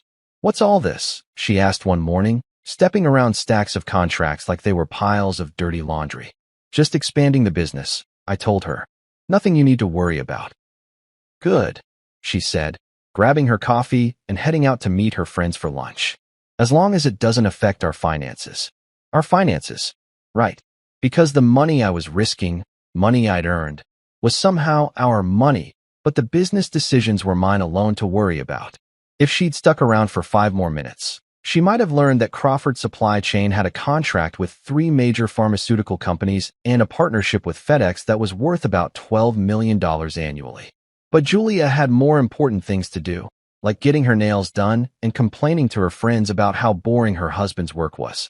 The real game changer came 2 years ago, a Department of Defense contract for logistics support in Southeast Asia. It was the kind of deal that most small companies never even hear about, let alone compete for. But thanks to Bill Peterson's connections and Crawford's pharmaceutical expertise, Ridgewell Solutions was suddenly in the running for a contract worth $75 million over 3 years. The bidding process took 8 months. 8 months of presentations, security clearances, site visits, and enough paperwork to deforest half of Oregon. I was working 16-hour days, flying to Washington twice a week, and basically living on coffee and determination. And what did my loving family think I was doing during this time? "He's been so stressed lately," I overheard Julia telling Margaret one afternoon. "I think his little business is having problems. Maybe he should consider getting a real job before things get too bad." A real job. While I was competing for the biggest government contract in my company's history, my wife was suggesting I should apply to work for someone else. The day I got the call that we'd won the contract, I was sitting in my office at home, surrounded by 3 months' worth of financial projections and contingency plans. When the Pentagon procurement officer told me the news, I literally had to ask him to repeat it because I couldn't believe what I was hearing. $75 million. Over 3 years. With options for renewal that could double that amount. I hung up the phone and just sat there for about 10 minutes, trying to process what had just happened. In the space of a single phone call, Ridgewell Solutions had gone from a mid-sized logistics company to a major government contractor. We were going to need to hire 60 new employees, lease additional warehouse space, and probably buy a fleet of trucks just to handle the first year of the contract. When Julia came home that evening, I was still sitting in my office, staring at the contract documents that had been emailed over for my signature. "How was your day?" she asked from the doorway, not really waiting for an answer before launching into a story about some drama at her yoga class. "Pretty good," I said. "We landed a big contract." "That's nice," she replied, already walking away. "What do you want for dinner?" A $75 million contract, and she responded like I'd told her I'd organized my sock drawer. But that was just the beginning. Once word got out that Ridgewell Solutions was handling major Defense Department logistics, other opportunities started falling into my lap. Private sector contracts with companies that needed someone who could handle sensitive, high-security supply chain management. International deals with allies who were looking for American companies with government credentials. Within 6 months of winning that first Pentagon contract, my company's valuation had increased by roughly 3,000%. We went from being a decent-sized regional player to a nationally recognized logistics contractor practically overnight. And through all of this, through every late-night strategy session, every high-stakes presentation, every nerve-wracking negotiation, my wife and her family continued to treat me like some kind of underachieving disappointment who couldn't figure out how to get a real job. The best part? I set up a trust fund under my sister Claire's name, moving most of my assets out of reach of any potential divorce proceedings. Not because I was planning to leave Julia, but because I'd learned to think strategically about everything. Claire didn't ask questions when I explained the setup to her. She just smiled and said, "About time you started protecting yourself." So while Margaret was at her bridge club complaining about her daughter's unsuccessful husband, and Julia was daydreaming about the life she could have with someone like Marcus, I was quietly becoming wealthier than any of them could imagine. The really ironic part? If they'd just treated me with a basic level of respect, if they'd shown even mild interest in what I was building, they could have been part of something amazing. Instead, their obsession with status and appearances blinded them to the empire growing right under their noses. Their loss was about to become my freedom. You know that old saying about revenge being a dish best served cold? Well, I was about to open a 5-star restaurant specializing in Arctic cuisine because what I had planned for the Collins family was going to be colder than a penguin's ass in Antarctica. After overhearing Julia's little phone conversation with Margaret, the one where they casually discussed dismantling my life like they were planning a fucking garage sale, I realized I had two choices. I could either confront them like some kind of emotional amateur and give them time to adjust their strategy, or I could play chess while they were still figuring out how to use checkers pieces. Guess which option I chose? The next morning, while Julia was at her Pilates class pretending to exercise, I called my lawyer. Not the family lawyer, the guy we'd used for our house purchase and wills, but my business attorney, Rebecca Martinez. Rebecca was the kind of lawyer who could find loopholes in the 10 Commandments and make Moses thank her for the legal advice. I need to discuss some asset protection strategies, I told her when she picked up. Hypothetically speaking, Rebecca had been handling my business legal work for 3 years, so she knew exactly what hypothetically speaking meant. It meant someone was about to get screwed, and it wasn't going to be her client. How hypothetical are we talking? She asked. Let's say someone might try to claim half of everything I've built, including parts of my business, in the very near future. There was a pause, then that predatory chuckle that Rebecca reserved for cases where she got to destroy people legally. How near are we talking? Could be any day now. Well then, we better schedule a meeting. Today if possible. 3 hours later, I was sitting in Rebecca's downtown office, looking out at the city skyline while she laid out a strategy that was so beautifully ruthless it almost brought tears to my eyes. First thing, she said, pulling out a legal pad and starting to scribble notes. We move everything into protected accounts.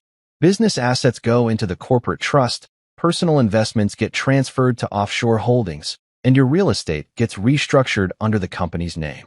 How long will that take? If we push hard? About a week. But here's the beautiful part. Everything we're doing is completely legal. We're not hiding assets. We're reorganizing them for legitimate business and tax purposes. Your wife's theoretical lawyer won't be able to touch any of it. I love this woman. Not romantically. Rebecca was happily married to a federal judge. But professionally, she was like watching a master artist paint with lawsuits and loopholes. What about the house? I asked. Easy. Ridgewell Solutions needs a corporate headquarters, right? The house becomes company property, leased back to you at market rate. Completely legitimate business expense, totally protected from any marital claims. While Rebecca worked on the legal side, I had my own preparations to make. That evening, I opened my laptop and started updating my will. The old version left everything to Julia, because that's what you do when you're married and stupidly believe your wife actually loves you. The new version was a masterpiece of strategic distribution.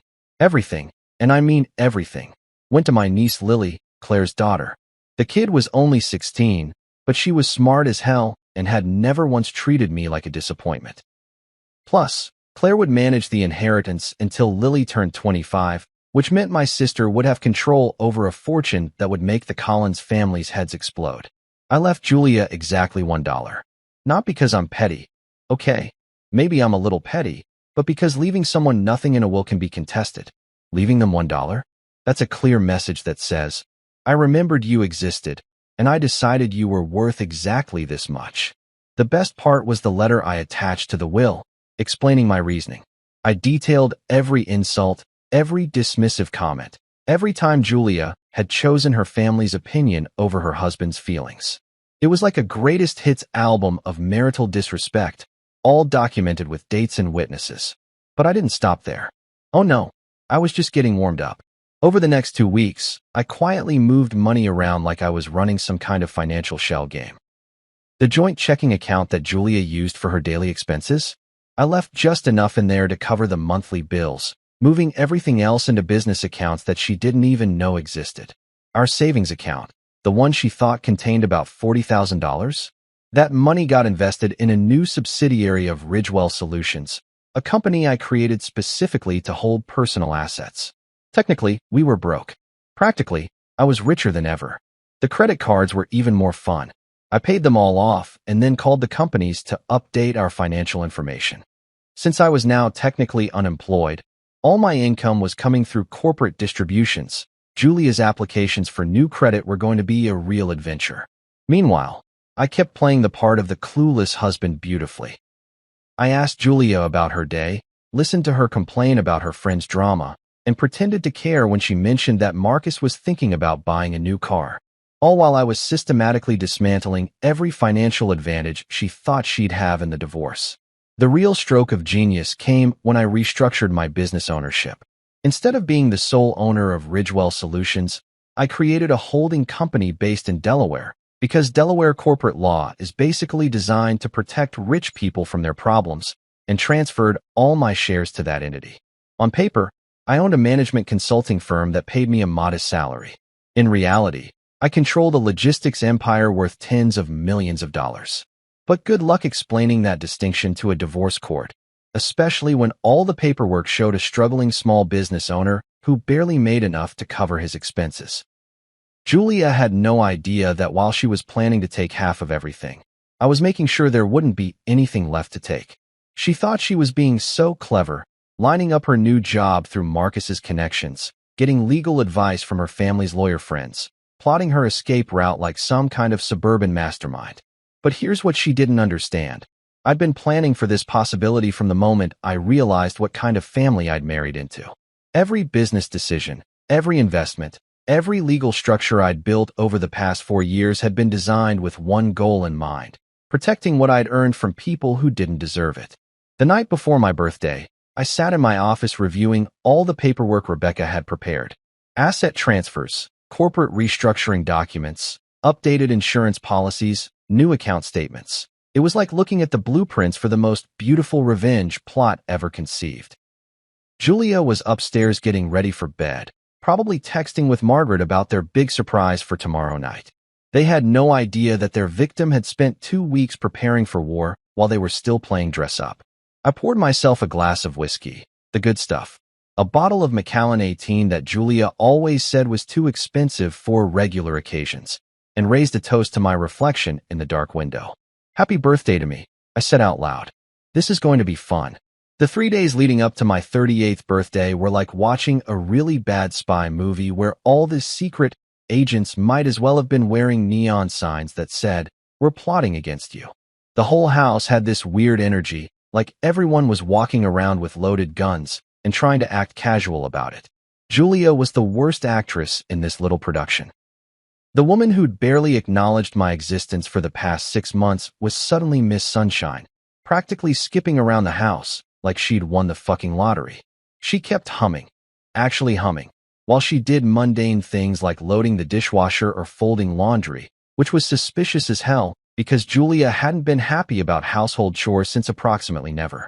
"You seem cheerful," I said on Monday morning, watching her practically dance around the kitchen while making coffee. "Oh, I'm just excited about your birthday," she said, giving me this bright smile that didn't reach her eyes. "Mom has something really special planned." Something really special. Right. I bet she did. The phone calls were constant and obvious. Every time I walked into a room, someone would quickly hang up or switch to talking about the weather or what they were having for lunch. Margaret called at least 6 times a day, and Julia would take these calls in different rooms of the house, speaking in those hushed, conspiratorial tones that made it clear they weren't discussing birthday cake flavors. Tuesday afternoon, I was in the garage pretending to organize my tools when I heard Julia on the deck, pacing back and forth while she talked to someone on her phone. No, no, it has to be perfect, she was saying. We only get one chance to do this right, and I want to make sure he knows exactly how we all feel about the situation, how they all felt about the situation. Jesus, they weren't even trying to be subtle. Marcus, I need you to be there, she continued, and now I could hear the excitement building in her voice. This is going to be a family moment, and I want everyone to see his reaction. His reaction. They were planning to record my humiliation, probably so they could watch it later for entertainment. I had to give them credit for thoroughness, even if they sucked at operational security. Evelyn's coming too, right? Julia asked. Good. I want him to understand that this isn't just coming from me and Mom. This is a family decision. A family decision. Like they'd held a fucking vote and decided unanimously that I needed to be removed from the Collins family tree. The fact that Evelyn was involved was particularly rich. Julia's older sister had spent years pretending to be neutral in family drama, playing the role of the sensible one who stayed out of conflicts. But apparently, even Switzerland had picked a side in this war. Wednesday morning brought the most obvious sign, yet that something was brewing. I came downstairs to find Margaret sitting at my kitchen table at 7:30 in the morning, fully dressed and made up like she had a job interview, drinking coffee and reading through what looked suspiciously like legal documents.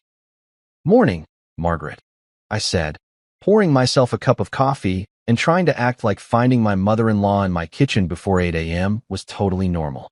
Oh, good morning, dear, she said, quickly flipping the papers over so I couldn't see what she was reading. I hope you don't mind. Julia gave me a key so I could help with the birthday preparations. Birthday preparations that required her to be here at dawn, apparently, and that involved reading legal documents.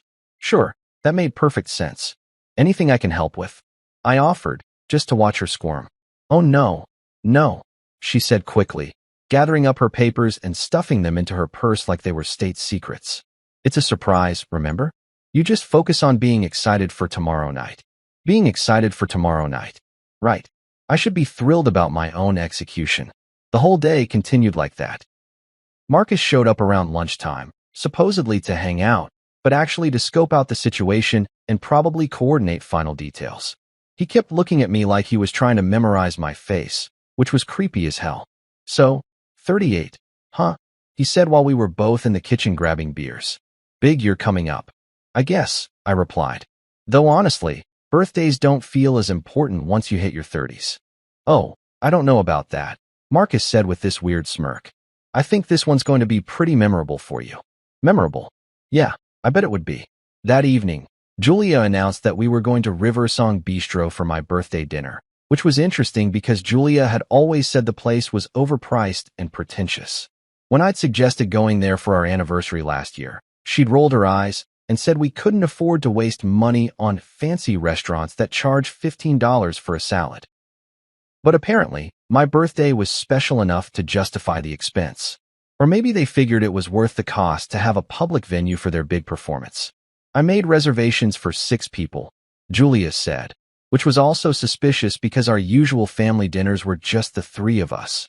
Me, Julia, and whatever toxic energy Margaret brought to the table. 6 people? I asked. Well, Mom, of course. And Marcus. And Evelyn said she could make it, which is great because you know how busy she's been with work. Plus her husband, Dave. The whole gang, in other words. Everyone who'd been whispering behind my back for months. All gathered together to witness whatever grand finale they had planned. Should be fun, I said, and Julia's face lit up like I'd just agreed to donate a kidney. Oh, it will be, she said. Mom has put so much thought into this. She really wants to make sure it's a night you'll never forget. A night I'd never forget.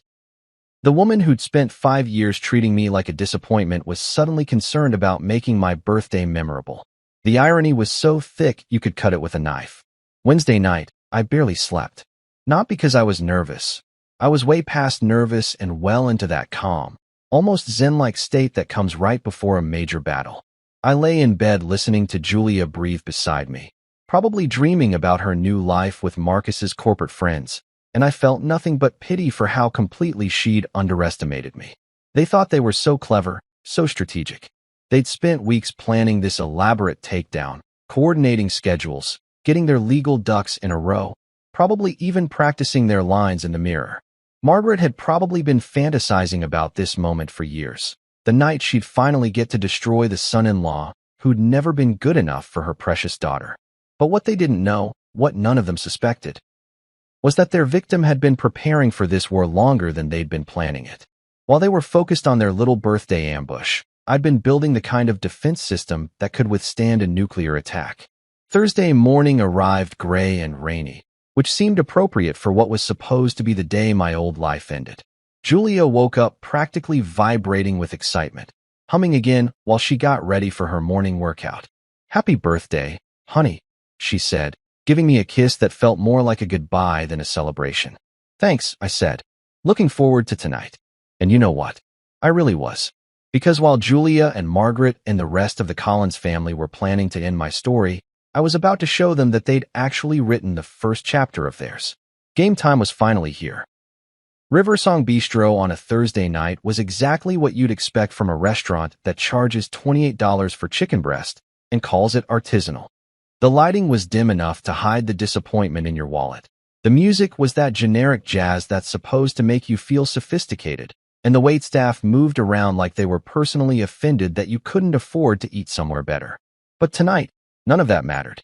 Tonight, this overpriced den of culinary pretension was about to become the stage for the most spectacular family drama in recent Collins history. We arrived fashionably on time, because God forbid the Collins family show up anywhere without making an entrance. And I have to admit, watching everyone try to act normal was better entertainment than anything they could have put on the menu. Marcus kept checking his watch like he was timing a bomb. Evelyn looked like she was attending a funeral, and Dave, Evelyn's husband, just seemed confused about why he'd been dragged into whatever this was. Margaret, of course, was in full performance mode. She'd dressed for the occasion in what I can only describe as courtroom chic, a navy blue suit that probably cost more than most people's rent, paired with the kind of jewelry that screamed, "I have money, and I'm not afraid to use it as a weapon." "Doesn't everyone look wonderful tonight?" she announced as we settled into our seats, like we were at a wedding instead of what was clearly going to be a public execution. Julia was practically bouncing in her chair, fidgeting with her phone and positioning it at different angles. At first, I thought she was just being her usual social media-obsessed self, but then I noticed she kept angling the camera toward me. This wasn't Instagram content she was planning. This was evidence collection. "Are you recording something?" I asked, just to watch her panic. "Oh, just some family memories," she said, giving me that fake smile again. "You know how I like to document special occasions." Special occasions. Right.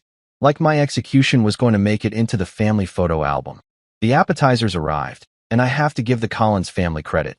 They committed to the performance. Margaret ordered the most expensive starter on the menu. Marcus launched into some story about his latest work triumph, and Evelyn actually managed to carry on a conversation about her kids' soccer season without looking like she was about to throw up. But I could see the tension underneath it all. The way Julia kept glancing at her mother, waiting for some kind of signal. The way Marcus would start to say something and then catch himself, like he was afraid of spoiling the surprise.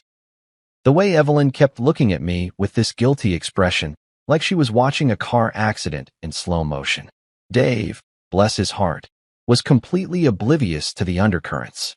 He just sat there eating bread and making small talk about the weather, probably wondering why his wife had insisted he dress up for dinner with her weird in-laws. "So," Margaret said as our entrees arrived, and something about her tone made everyone stop talking at once. "I think this is the perfect time for birthday gifts. Here we go. Showtime." The whole table went quiet except for the soft jazz and the murmur of other diners who had no idea they were about to witness something that would probably end up as a story people told at parties for years to come. Margaret reached into her purse, the same purse she'd been clutching all week like it contained nuclear launch codes, and pulled out that pink butterfly envelope. The same envelope I'd washed her stuff full of legal documents 3 days earlier. The same envelope that Julia thought was going to ruin my life. "From all of us," Margaret announced, standing up and holding the envelope like she was presenting an Academy Award. Her voice carried just enough to make the nearby tables turn and look, which was probably exactly what she wanted. Julia's phone was definitely recording now, and I could see Marcus leaning forward with barely contained excitement. Evelyn looked like she might be sick, and Dave just seemed confused about why everyone was acting so weird about a birthday card. I took the envelope, and I have to admit, there was something almost ceremonial about the moment. This was it, the culmination of months of planning, years of resentment, and probably decades of Margaret's disappointment in her daughter's choice of husband. The envelope felt heavier than it should have, weighted down with all their hopes and expectations. They wanted me to fall apart, to beg, to make a scene that would justify everything they'd done and everything they thought about me. Instead, I opened it like it was any other birthday card. Petition for dissolution of marriage. The words jumped off the page in bold, official letters. Below that, a bunch of legal jargon that basically boiled down to, Julia wants half your stuff and monthly payments for the rest of your natural life. I looked around the table at their expectant faces. Julia had stopped pretending to eat and was holding her phone steady, recording my reaction for posterity. Marcus was grinning like he'd just won the lottery. Margaret stood there like a prosecutor who'd just presented the smoking gun that would convict the defendant. And you know what I did? I signed the papers. Right there at the table, using the same Mont Blanc pen Julia had given me for Christmas. I signed every page that required my signature, neat and legible, like I was endorsing a check. The silence that followed was absolutely beautiful. You could have heard a pin drop in that restaurant, which was impressive considering the ambient noise of 30 other conversations happening around us. Julia's phone slipped from her hands and clattered onto the table. Marcus's grin disappeared so fast, it was like someone had hit a reset button on his face. Evelyn actually gasped, and Dave looked around the table like he was trying to figure out if this was some kind of joke he wasn't getting. But Margaret was the best. The woman who'd orchestrated this entire performance, who'd probably spent weeks imagining my humiliation, just stood there with her mouth hanging open like she'd forgotten how to speak.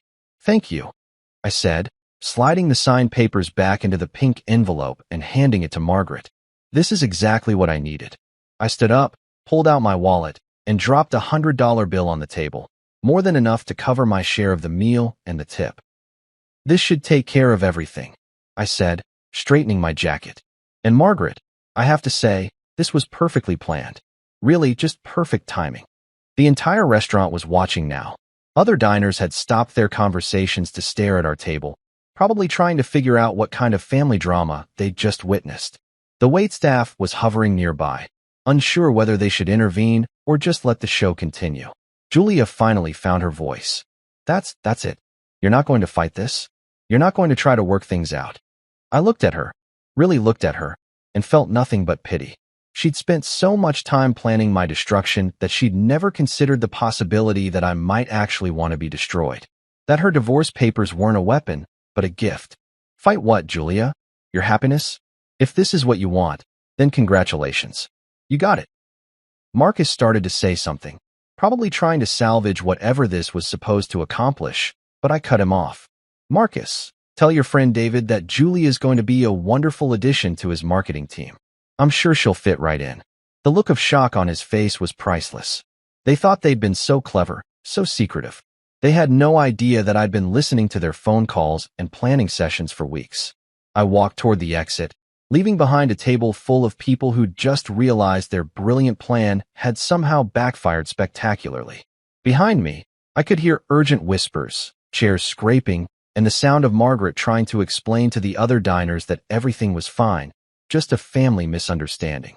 But as I pushed through the doors and stepped out into the cool evening air, I couldn't help but smile. Act 1 was complete. Now it was time for my encore.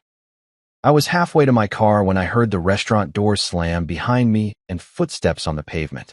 Part of me wanted to keep walking, to let them stew in their confusion while I drove home and celebrated my newfound freedom with that bottle of Macallan. But the other part of me, the part that had been planning this moment for weeks, knew it was time for the grand finale. I turned around to see Julia practically running toward me, her face flushed and her eyes wide with something that looked suspiciously like panic. "Wait," she called out. "We need to talk about this." "Talk about what?" I asked, genuinely curious. "You got exactly what you wanted. Divorce papers, signed and delivered. What's left to discuss?" Behind her, the rest of the Collins family was spilling out of the restaurant like refugees fleeing a disaster zone.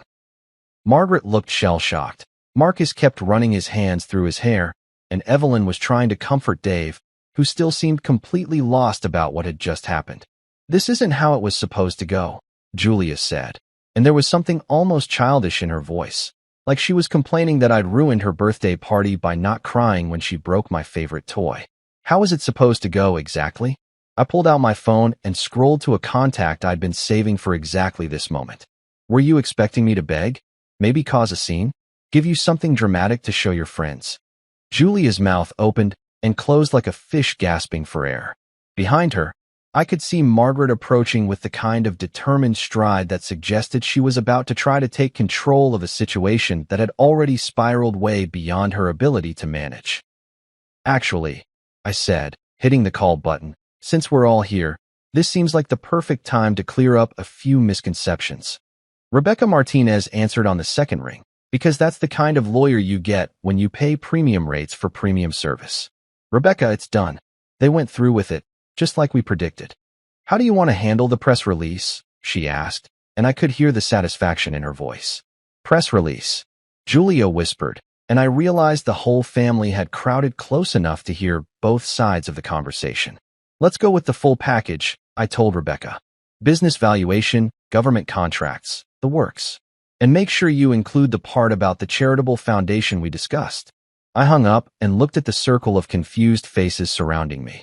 It was like Christmas morning, except instead of presents under the tree, I was about to unwrap 5 years of carefully hidden success. "What press release?" Margaret demanded, and for the first time since I'd known her, she actually looked uncertain. Instead of answering, I pulled out a manila envelope from my car, the same envelope I'd been carrying around for 3 days, waiting for exactly this moment. Inside were copies of everything Rebecca had prepared: Ridgewell Solutions' latest financial statements, the Department of Defense contract documentation, and my personal net worth analysis that would make their heads spin.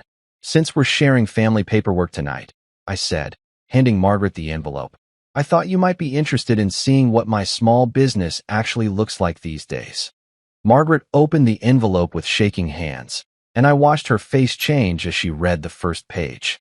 The color drained from her cheeks, her mouth fell open, and for a moment I thought she might actually faint right there on the sidewalk. $75 million, she whispered. "That's just the government contract," I said cheerfully. "The total company valuation is on page 3. Julia grabbed the papers from her mother's hands, scanning them frantically like she was looking for some kind of mistake or joke. When she got to the company valuation, $75 million and change, she actually stumbled backward. "But you said," she started, then stopped, probably realizing that I'd never actually said anything about my business being small. That had been their assumption, their dismissive characterization, their way of making themselves feel superior. "I said what?"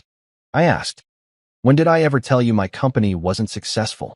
Marcus snatched the papers next, his corporate-trained eyes scanning the financial data with the kind of desperate intensity of someone who'd just realized he'd been making fun of a guy who could buy and sell his entire company without breaking a sweat.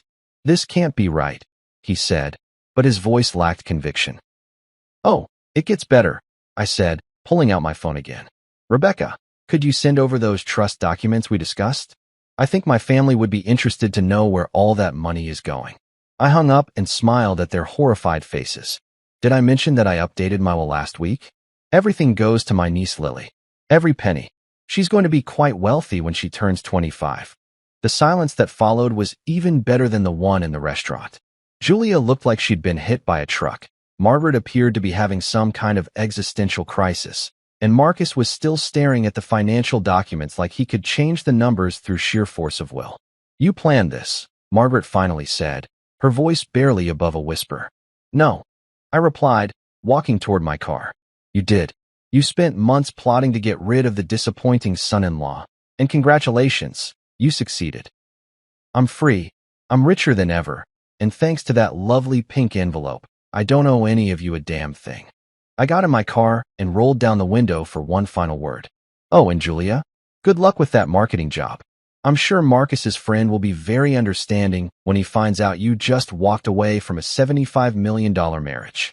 As I drove away, I could see them in my rearview mirror, still standing there in the parking lot, probably trying to figure out how their brilliant plan had just made me the happiest man in the city. Walking out of Riversong Bistro that night wasn't just leaving a restaurant. It was stepping out of a prison I'd been living in for 5 years without even realizing the bars were there. The cool evening air hit my face, and for the first time in longer than I could remember, I felt like I could actually breathe. I drove home through the quiet suburban streets, past all those perfect houses with their perfect lawns and their perfect families, and I couldn't stop laughing. Not the bitter, angry kind of laughter that comes when your world falls apart, but the genuine, from-the-belly kind that happens when you realize you've just won a game you didn't even know you were playing. The house felt different when I walked through the door. It was still the same overpriced colonial that Julia had insisted we needed to fit in with the neighborhood, still filled with the same furniture that Margaret had helped pick out, because family homes should reflect family values. But now it felt like what it really was, a stage set for a play that had finally ended. I poured myself that glass of Macallan I'd been promising myself and settled into my recliner. The one piece of furniture in the entire house that Julia had never managed to redecorate or replace with something more appropriate. Sitting there in the dark, sipping whiskey that cost more than most people's car payments, I tried to process what had just happened. They'd actually done it. After months of plotting and planning, weeks of secretive phone calls and conspiratorial meetings, they'd actually gone through with their elaborate scheme to destroy me publicly. And in doing so, they'd handed me the most beautiful gift imaginable, complete, total, irrevocable freedom from their toxic little dynasty. My phone started buzzing around midnight. Text messages from Julia, starting out angry and demanding, then shifting to confused and pleading, then finally settling into desperate bargaining. We need to talk. This is all a misunderstanding. Mom didn't mean for it to happen like this. Can we please just discuss this like adults? I didn't answer any of them. What was there to discuss? They'd made their position crystal clear at dinner, and I'd accepted their terms completely. The only thing left was the paperwork, and Rebecca would handle that. The next few days were like Christmas morning extended into a long weekend. I woke up each day with this ridiculous grin on my face, unable to quite believe that I was actually free. No more family dinners where I was the punchline. No more Margaret's condescending comments about my cute little company. No more pretending to laugh at Marcus's corporate war stories or listening to Julia complain about how boring her life was. Rebecca called on Saturday morning with an update that made my day even better. The divorce papers they filed are actually going to work in our favor, she said, and I could hear the predatory satisfaction in her voice. They're asking for alimony based on your declared income from last year, which was essentially zero since everything was structured as corporate distributions. And they want half of your personal assets, which according to our documentation, amounts to about $15,000 in checking accounts and a car that's worth maybe 20 grand. What about the house? Corporate property, remember? You're technically a renter now. They can't touch it. I spent that weekend doing all the things I'd wanted to do, but couldn't because Julia would complain or Margaret would make some snide comment. I ordered pizza for breakfast, watched sports all day without having to share the remote, and played music loud enough that the neighbors probably thought I was having a midlife crisis. Maybe I was. But if so, it was the best damn midlife crisis in history. Monday morning brought the first real sign that the Collins family was starting to understand the magnitude of their fuck-up. Margaret showed up at my office, the first time she'd ever bothered to visit Ridgewell Solutions, looking like she'd aged about 10 years since Thursday night. My receptionist, Sarah, buzzed me from the front desk. "There's a Margaret Collins here to see you. She says it's urgent. Tell her I'm in meetings all day," I said. "And Sarah? If she comes back, I'm in meetings all week." But Margaret was persistent, I'll give her that. She waited in the lobby for 3 hours, probably hoping I'd cave and agree to see her. When that didn't work, she started calling every day, leaving increasingly desperate voicemails that went from demanding to pleading to downright pathetic. "Please, we need to talk about this misunderstanding. Julia is devastated. She never wanted things to go this far. Maybe we can work something out that's fair for everyone." Julia's calls were even better. She'd gone from angry to confused to desperate in record time, probably as she started to understand what she'd actually thrown away. The messages got longer and more rambling as the days went on, like she was trying to talk herself into believing this was all some kind of mistake that could be fixed with the right combination of words. I know you're upset, but we can fix this. Mom was just trying to help. She thought you'd be happier without the stress of marriage. I never wanted to hurt you. I thought this was what you wanted too. Please call me back. We need to discuss the practical aspects of this situation. The practical aspects. Right. Like how she was going to explain to her new corporate friends that she'd just walked away from more money than they'd ever see in their lifetimes. 2 weeks after my birthday dinner from hell, I closed on the penthouse. 42nd floor, downtown high-rise, with floor-to-ceiling windows that gave me a view of the entire city. The kind of place that screamed success so loudly you could hear it from the street. Moving day was therapeutic in a way I hadn't expected. Packing up 5 years of marriage, sorting through all the accumulation of a life I'd never really wanted, deciding what was worth keeping and what could be left behind for Julia to deal with. The photo albums went in the trash. The wedding gifts from Margaret's friends went to charity. The furniture that Julia had picked out to impress her mother got donated to a homeless shelter, where it would actually serve a purpose. I kept 3 things from the house: my clothes, my books, and that recliner. Everything else was just props from a play I was never auditioning for again. The penthouse felt like coming home in a way that suburban colonial never had. Clean lines, modern furniture, space to breathe and think without someone else's opinion about how I should live my life. I set up my home office in the room with the best view, looking out over the city I'd conquered while my ex-family thought I was failing. Julia tried visiting once, about a month after I'd moved out. The doorman called up to announce her, and I could hear the desperation in his voice as he relayed her message. She says it's very important, Mr. Ridgewell. Something about urgent family matters. Tell her there are no family matters anymore, I said. And if she comes back, call security. That was 6 months ago. 6 months of waking up every morning in my own space, making my own decisions, living my own life without someone else's family treating me like a disappointment. 6 months of building my business even bigger, traveling to places Julia always said were too expensive or too impractical, and rediscovering who I was when I wasn't trying to live up to someone else's expectations. The irony is perfect. Margaret spent 5 years trying to convince Julia that she'd married beneath her station, that I was holding her back from the life she deserved. And in the end, she was right. I was holding Julia back. But not from success or happiness or any of the things Margaret thought mattered. I was holding her back from finding out exactly how much money she could have walked away from if she'd just treated her husband with basic respect. Their envelope, meant to destroy me, had given me exactly what I wanted all along. A life where I didn't have to pretend to be grateful for their contempt. Freedom, finally. And it felt fucking fantastic.